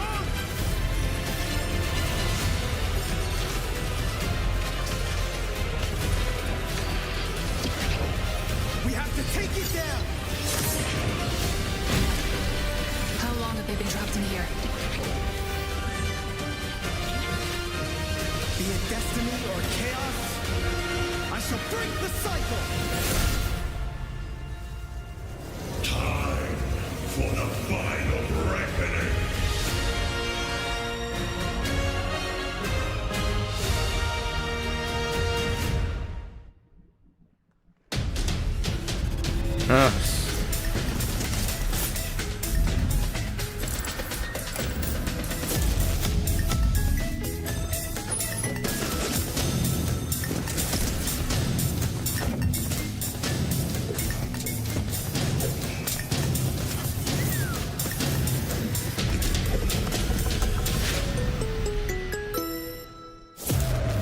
Oh!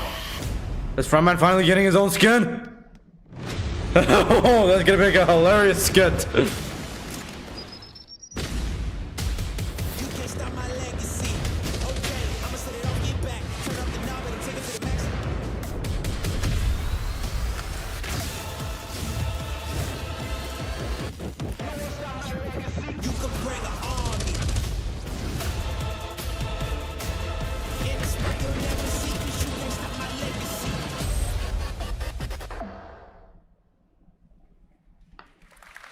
You just got a fresh look at Delta Force, which launches today on PS5 and Xbox. And the best part, it is free to play. Now it is time for something truly special and one of the most requested moments from our community this year. Earlier in 2025, Clair Obscur Expedition 33, the debut title from French indie studio Sandfall Interactive, captured hearts with its stunning Belle Epoque-inspired world and unforgettable style. Absolutely. This is a very special game, and tonight we wanted to bring that world to life right here on stage at ONL with a special acoustic performance from the game's soundtrack. Please join me in welcoming, for their first big live performance ever, the composer of the game, Laurent Testard, and vocalist Alice Dupont-Pissier, performing Alicia from Clair Obscur Expedition 33. My brother said Expedition 33 is an amazing game. I want to see.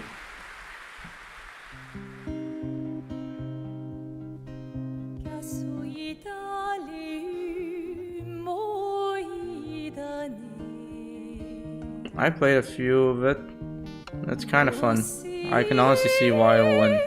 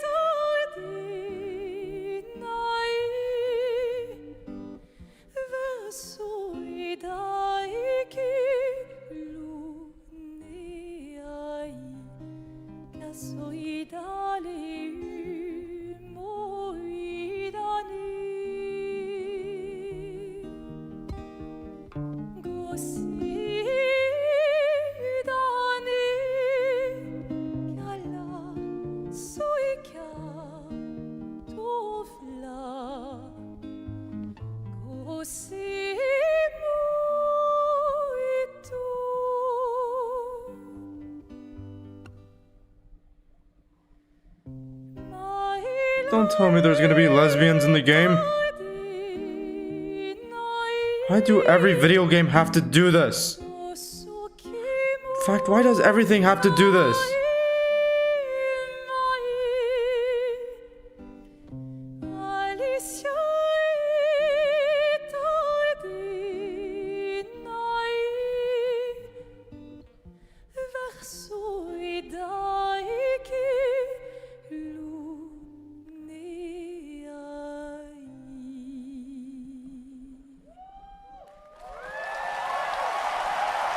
I can honestly see why this game might win Game of the Year.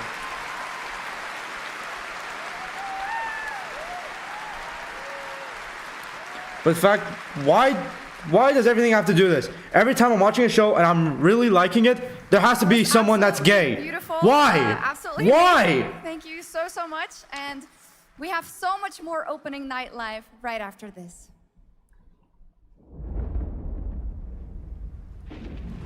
Since ancient times, the Hayabusa and Raven ninja clans Ninja have fought Gaiden. to keep peace, with the Hayabusa clan in the spotlight. But your clan, the Raven clan, has always had a secret motive. Thanks. I owe you one, Hayabusa. Expect heavy resistance from the DDO. We're all counting on you, Yakumo.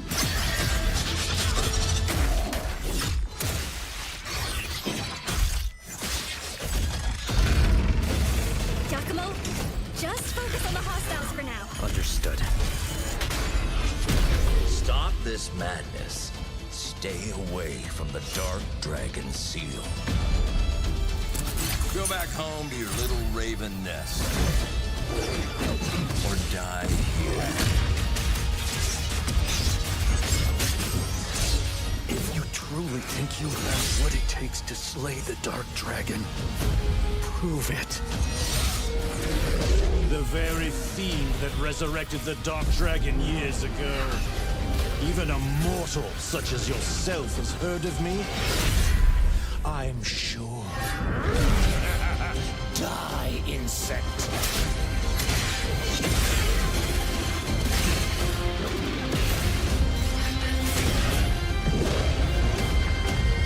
Please, don't kill him. Ninja Gaiden 4.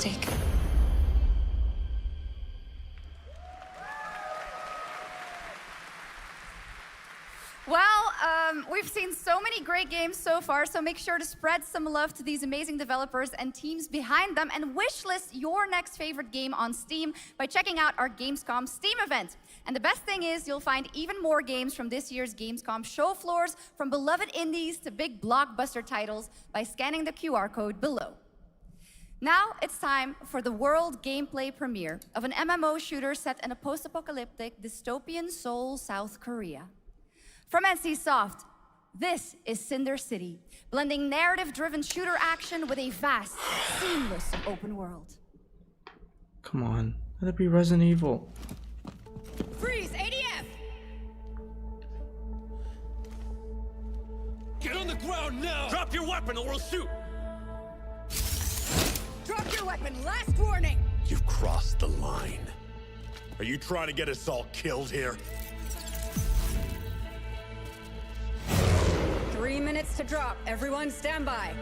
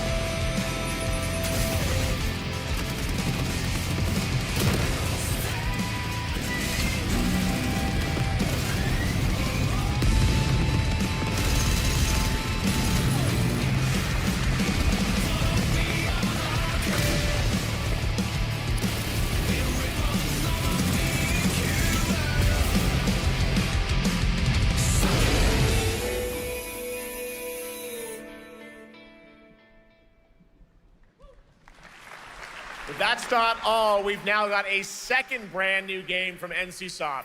Time Takers is a competitive team-based survival shooter where the ultimate prize isn't points, it's time itself. Here's your first ever look at the gameplay. I floated in an ale-induced stupor. A ghost of my former glory.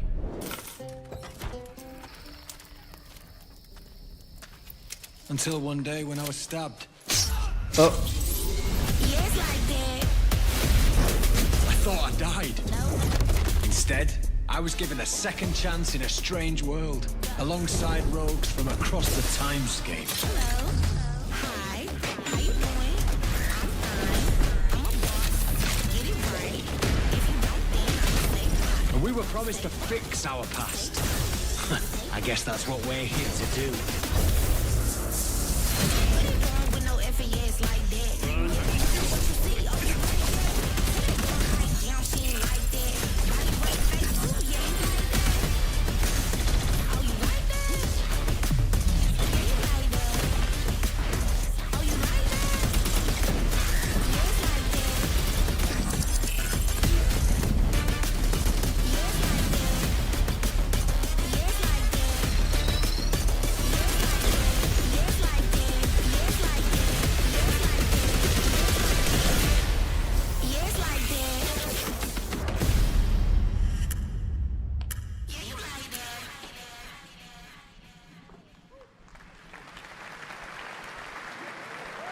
Oh.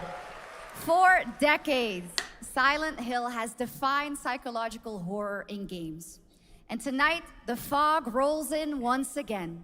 Here's a brand new look at Silent Hill F from Konami, including the reveal of the American voiceover actress Susie Young as Hinako. Okay. Target show 1 to HQ. We haven't found an active suspect at the scene. Chances are good that it's still in the no water. We better consider the hunt. Over. Last seen fleeing Tsuneyoshi Shrine. Exercise extreme caution.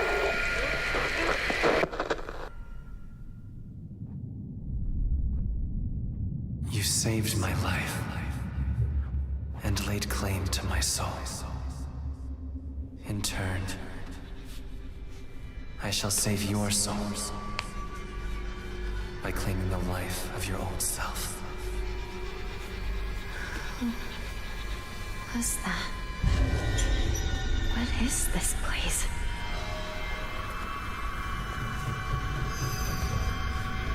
This way.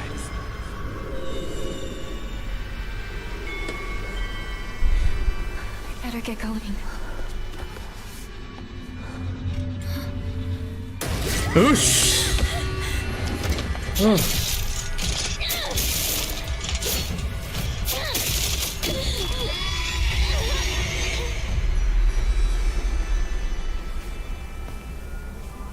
A good day is always an extraordinary day. An extraordinary day isn't always good. With that in mind, today's a bit too extraordinary. So this is where you are. I wondered where you had gone. You need to start getting ready. It's time to say your goodbyes. You're going to kill them with your own hands. What's going on? No. It's got my home too. The halls, the doors, everything's changed.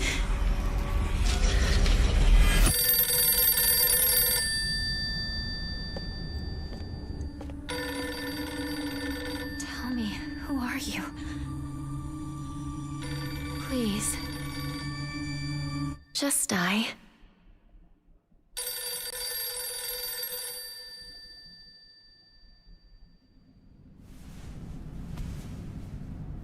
It must be hard for you to bid farewell to childhood friends. I'm surprised Jeff Keighley showed a game from Konami. No. Because he and Kojima are very close, and Konami disrespected Kojima, and you basically get the point.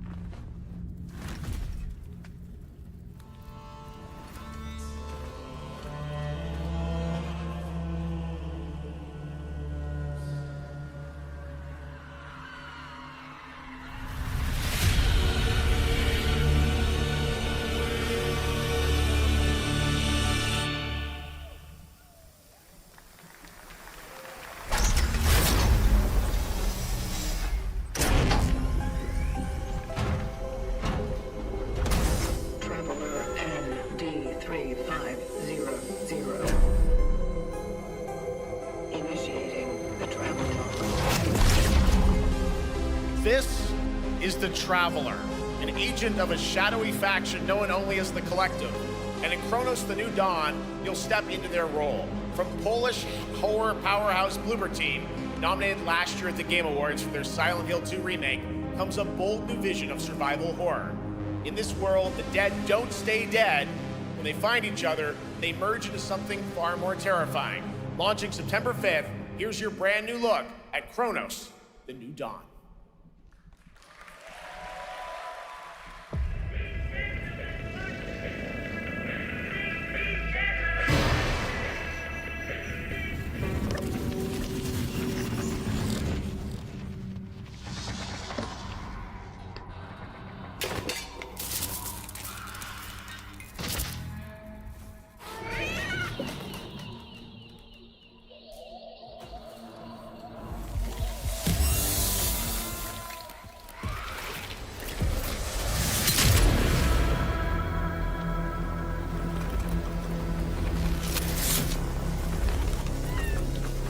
Are you glad to see me, friend?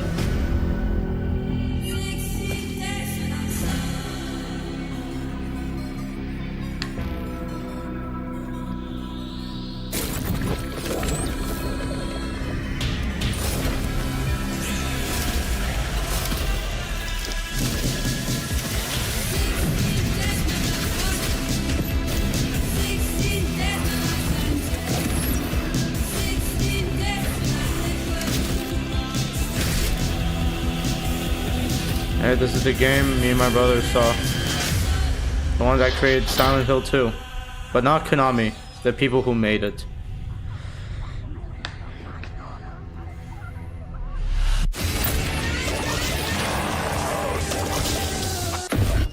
This is by Remedy Games. Or I think, I don't know.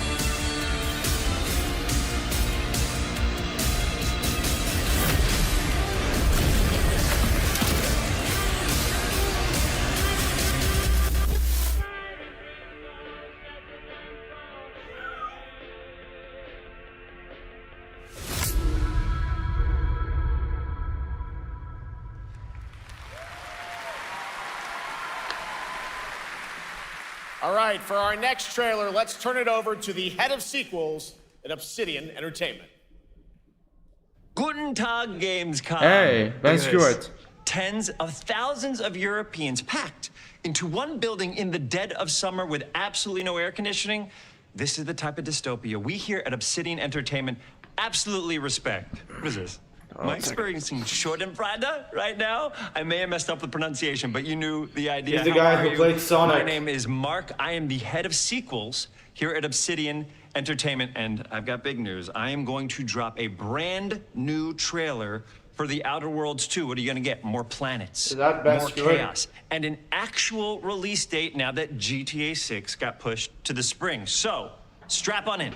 Stock up on some gummy bears, stock up on your favorite pretzels. Get ready. Here comes The Outer Worlds 2 trailer.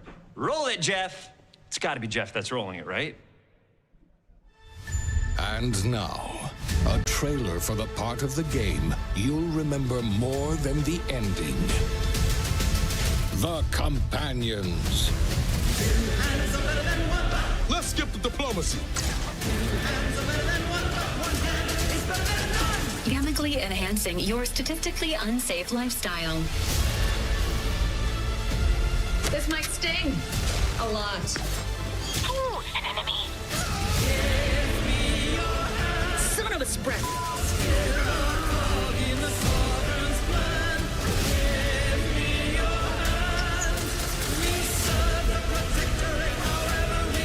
Be grateful you're not on fire. Two hands are better than one is better than none. Two hands are better than one is better than none. Two hands are better than one is better than none. Two hands are better than one hand is better than none. And no, you can't sleep with them.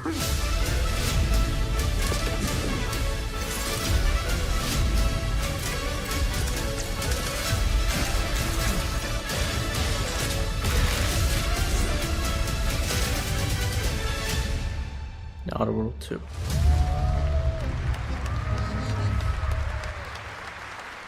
Lots more to come here at ONL, but now a first look at Inzoi Island Getaway with Inzoi's first and free DLC, which is coming tomorrow.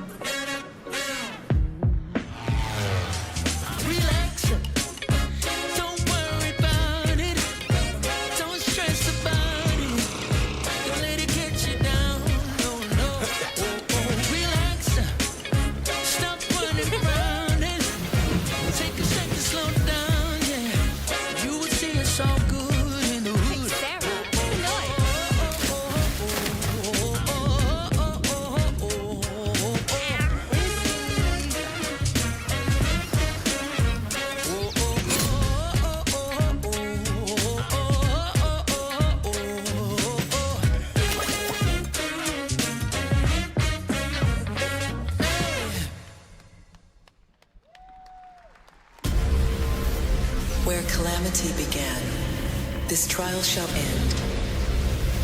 Awakeners, prepare for the final confrontation.7つの大罪？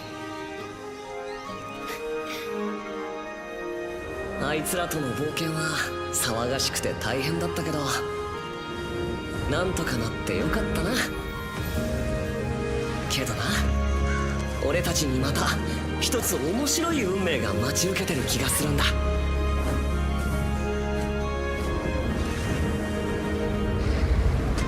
多分楽な冒険じゃないだろうな。この広い世界にはたくさんの試練もあるはずだ。だけど俺たちが力を合わせれば乗り越えられるさ。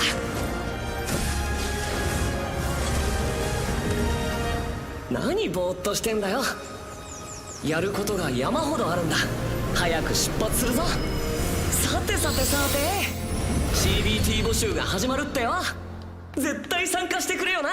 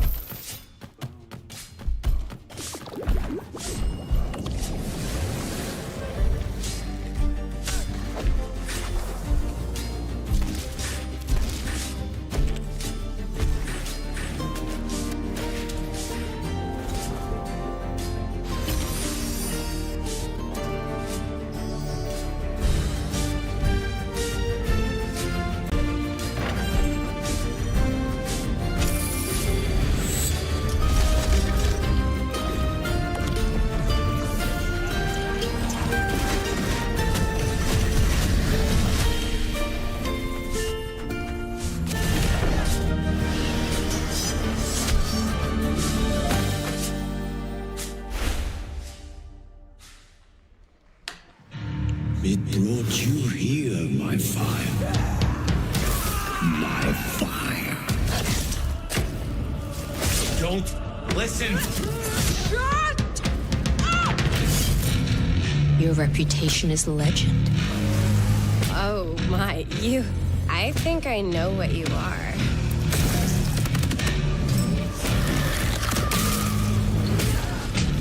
Is that Victoria Newman?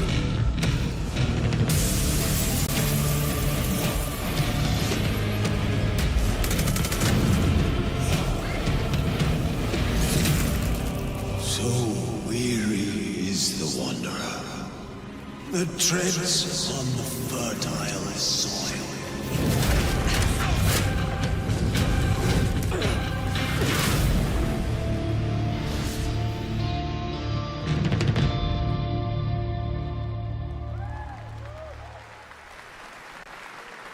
some big news. We finally have a firm release date for Vampire Bloodlines 2, October 21st of this year.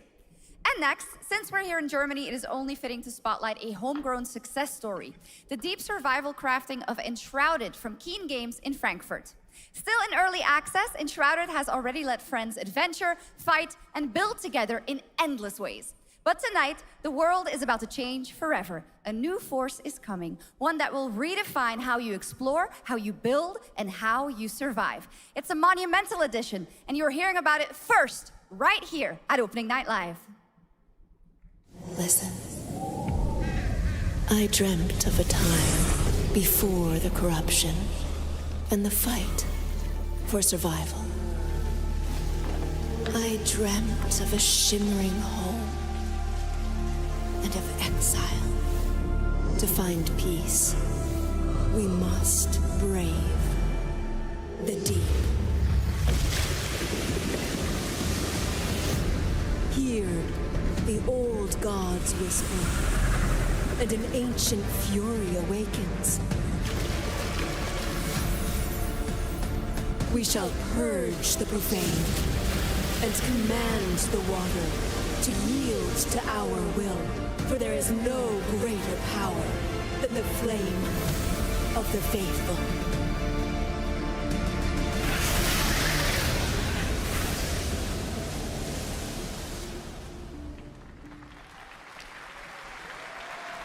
Awesome. And tonight at ONL, we have news of the latest Xbox franchise that is coming to PlayStation for the first time, and the reveal of brand new expansion as well. Can we get Resident Evil 9?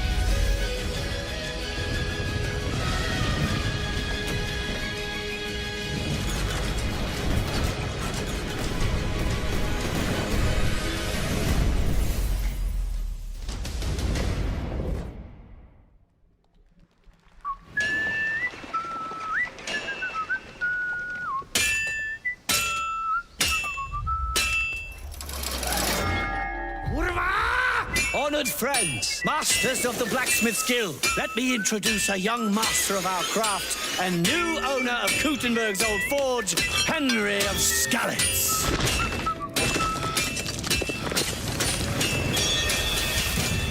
Ready? We can begin.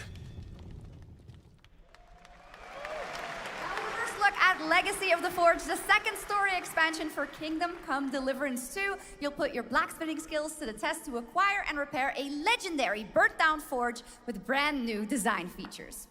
All right. Do we have any Cult of the Lamb fans in here?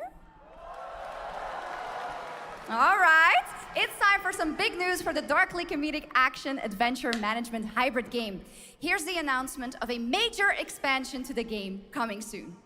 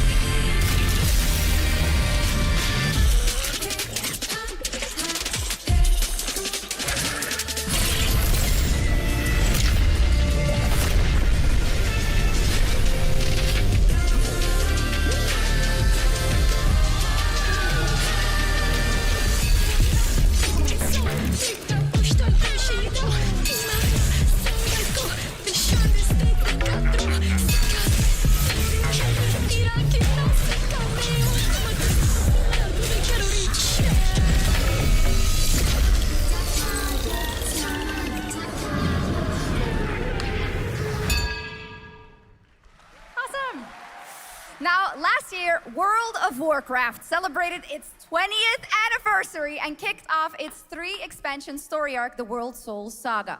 Here to tell us more about what's to come is executive producer Holly Longdale.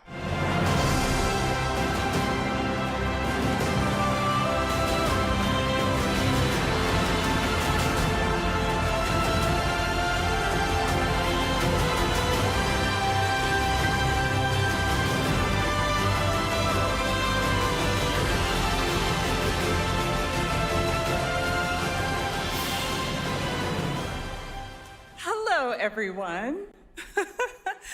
I am so excited to be here to reveal our next adventure, World of Warcraft Midnight. I'm equally excited to welcome you all home with our new housing feature. And if you're here at Gamescom, please come by and check it out on the show floor. We have a lot coming in this next expansion, our 11th expansion. To start with, on the horizon, there's a looming darkness, and it's threatening the ancestral home of our blood elves. But Midnight is also about light, and about hope, and about heroes who rise when the world needs them most. And it's about the bonds that tie us together. And it all starts at the Sunwell. And if any of you have ever played WoW, do you remember the Sunwell?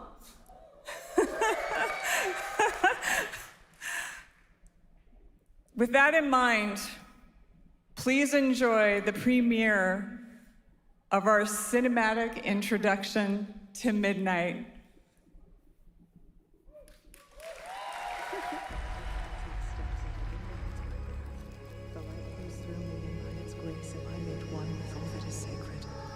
The light guides my steps and illuminates my path. The light flows through me, and by its grace am I made one with all that is sacred. The light Liadrin, it has begun. I need you with me on the wall. Okay, so we already have Black Ops, Ghost of Yotei, Fallout, Ninja Gaiden, and World of Warcraft, Outer World 2, Silent Hill. No. But all we're now missing is Ghost of Yotei and Resident Evil. The Sunwell will not fall. Not while I draw breath.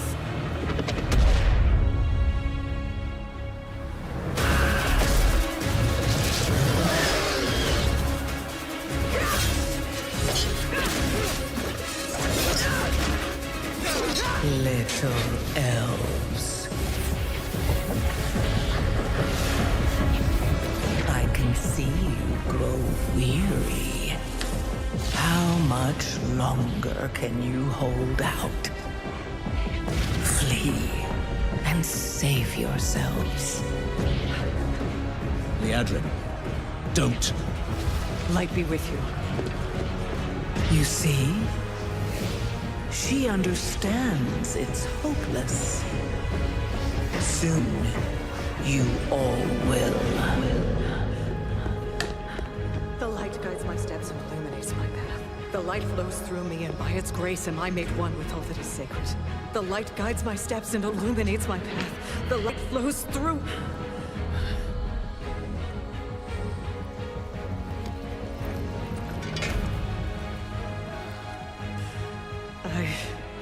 I know that I am unworthy. I don't know if I deserve your help, but I know my people do. Please give them strength. I admire your spirit, but that will not save you. Soon, I will break your world. You can't even break one elf.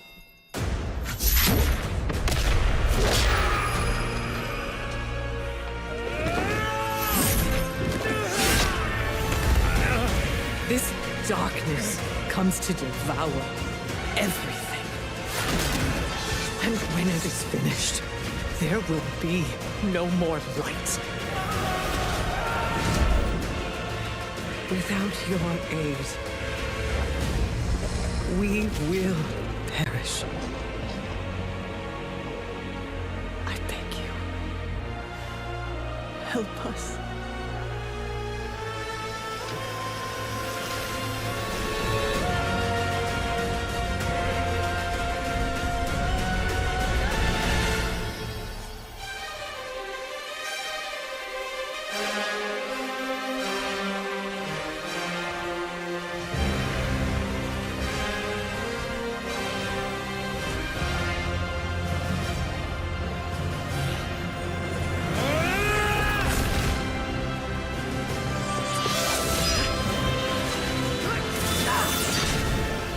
The Sunwell will not fall! Not while we draw breath.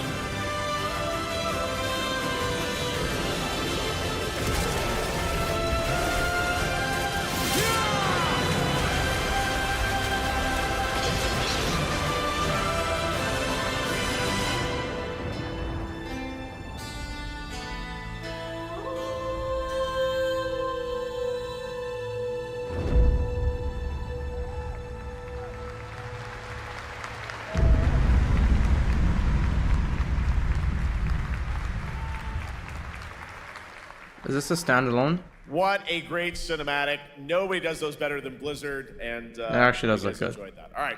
Next is the global announcement of a new project from Team J, the dev team behind Delta Force. Project Spectrum is a tactical shooter for the fearless. It is a physiological horror PvEVP game.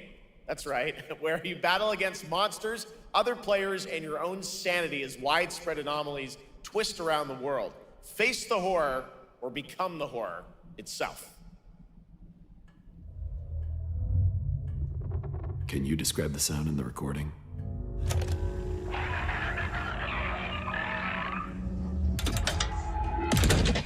Sorry.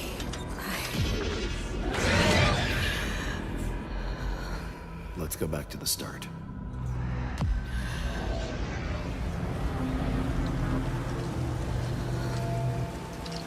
I remember the wind, strong wind. What the hell happened here? We got company!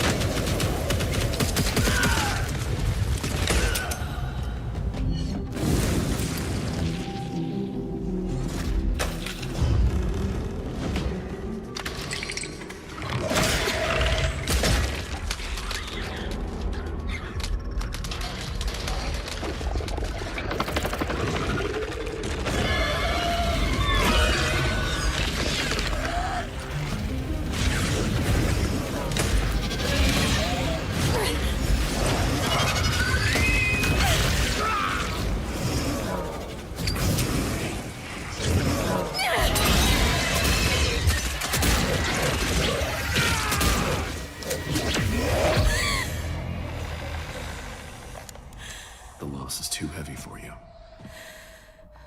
But sometimes, loss can birth beasts and bury truths. What do you think? What if you are the beast? The beast?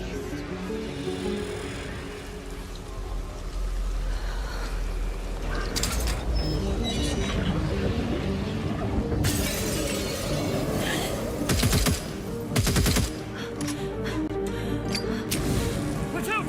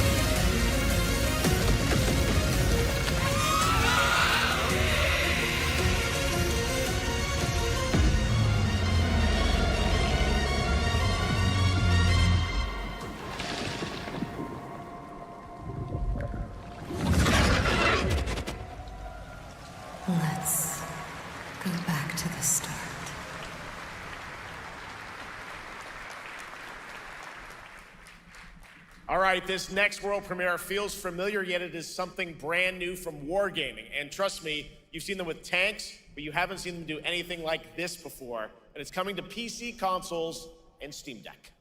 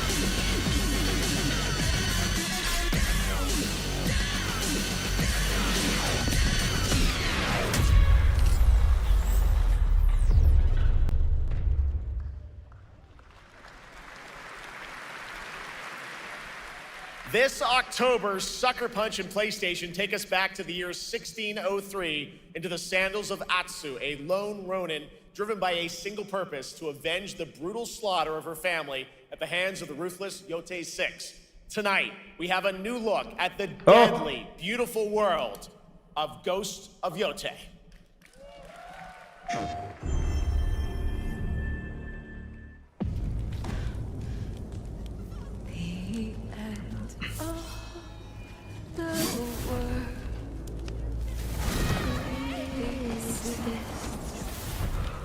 Only in our mind.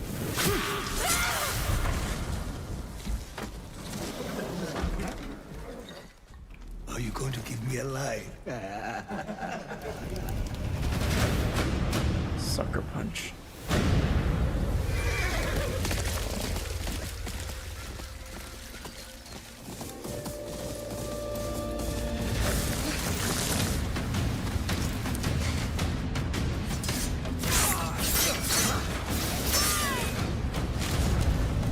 Swordsmith's daughter. I watched that tree burn. How did you escape? Same way. I survived every battle. The thought of killing you.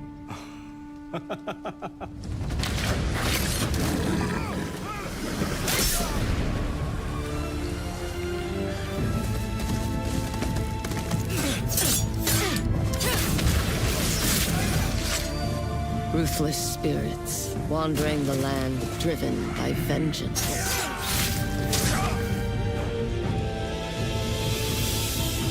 Sometimes I feel like that is what I am. Ghost of Yotei. Mm-hmm.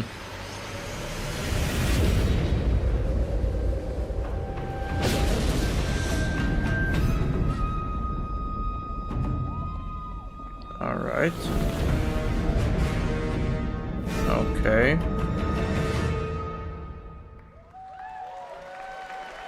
I'll be ready. There you have it, an amazing new look at Ghost of Yotei, out October 2nd for PS5, and confirmed today on ONL, it's also getting a Legends co-op multiplayer DLC in 2026 with fantastical supernatural story and survival missions, all free if you own the base game. For nearly 3 decades, Resident Evil has terrified, thrilled, and defined the survival horror genre. Now, a new chapter rises from the shadows. Back in June at Summer Game Fest, we gave you the first glimpse at Resident Evil Requiem, and tonight, we are diving deeper with a brand new look that explores the haunting backstory of the game's protagonist, Grace Ashcroft, and why she may be the key to surviving what's coming.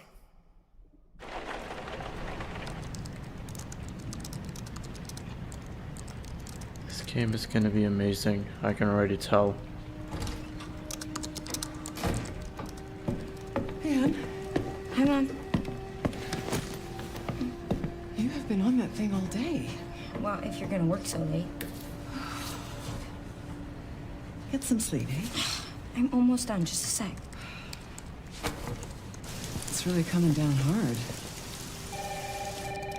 Mom, phone. Mom. It's right beside you.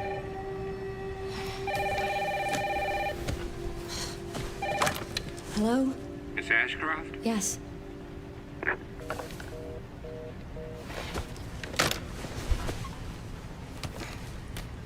Who was it? Dunno. They asked for Miss Ashcroft and then they hung up on me. Rude. What the? They're coming.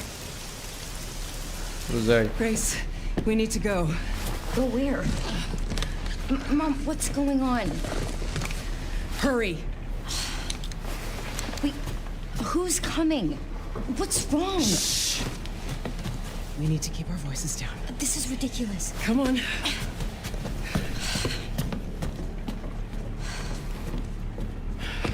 Tell me what's going on. Now is not the time.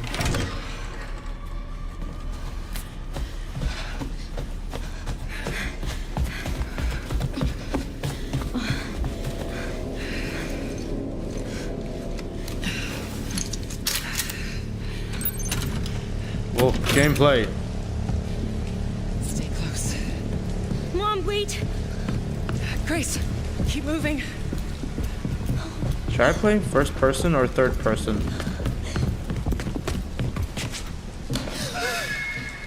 Oh, who's that? Oh, I'm so sorry about the power outage. What happened? It's really no excuse, and I apologize for the inconvenience. Oh, no, it's fine. Yeah, don't worry. I should have it fixed soon. I just need to find my...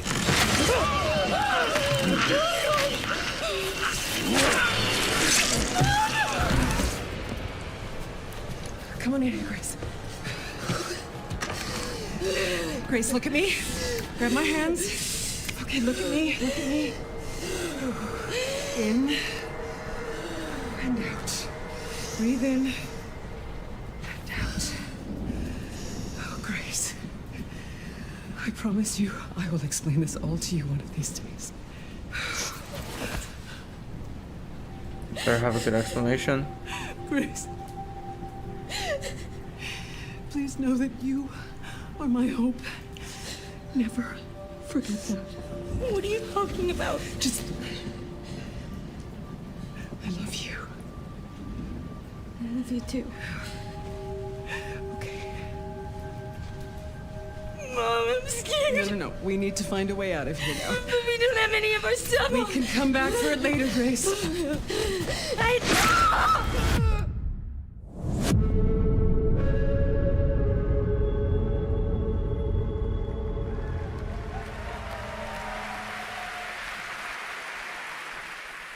That game is insane. I got to see that sequence in Osaka about a month ago. There's a lot more to share, and there is a reason it was the most wishlisted title coming out of Summer Game Fest this June. Now, for those of you here in the arena tonight at Gamescom, there's some good news, is you'll be over on the show floor, be the first players in the world to get hands-on with a playable demo of Resident Evil Requiem at the Capcom booth as we count down to the launch this February. A huge thank you to Capcom and Takeuchi-san for that special look. That's our Cap. And with that, Gamescom Opening Night Live comes to a close. But the celebration of gaming doesn't stop here. We'll be back on Thursday, December 11th for the Game Awards, streaming live around the world as we honor the best games of the year and give you a glimpse of what's coming in 2026 and beyond with tons of brand new game announcements. You're leaving, but before we say goodnight, we do have one last surprise. Ooh.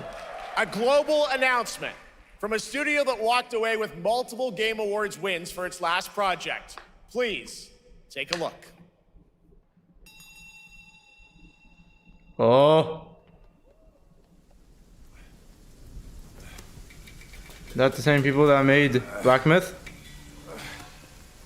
Brother, help me. You ain't even trying. It's all me.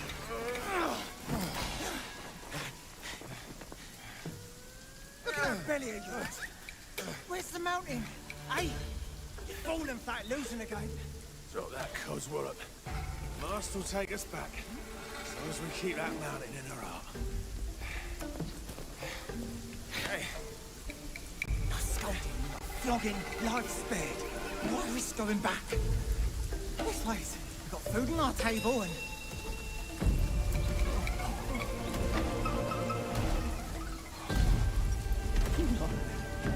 They're coming for us.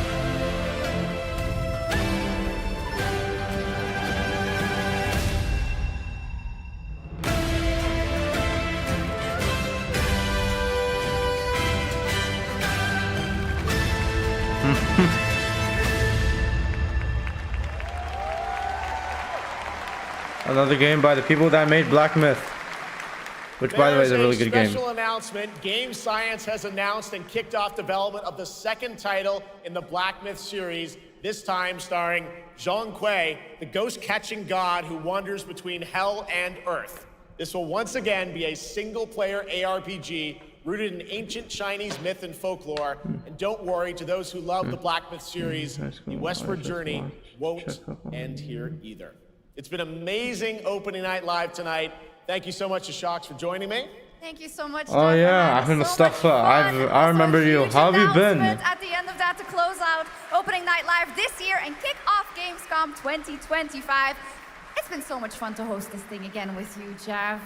What an amazing show. Oh, it was such an amazing show. Great job to you. Thanks for coming back again, Shox. And thank you to everyone you came for late watching because I'm about to online end and soon. here, the audience in Cologne. What a great night. Have a great Gamescom 2025. And we'll see you on December 11th for the Game Awards in LA. Good night, I will everybody. be there. I will be there to do a live stream of the Game Awards. And that's it for Gamescom. I was mostly excited about Resident Evil. And also, Ahmed Mustafa, I'm gonna be now leaving, so you're a bit late. Maybe if you come early, I would have talked more. Anyways, thank you guys for watching my live stream. Do not forget to like and subscribe, and I'll see you guys next time.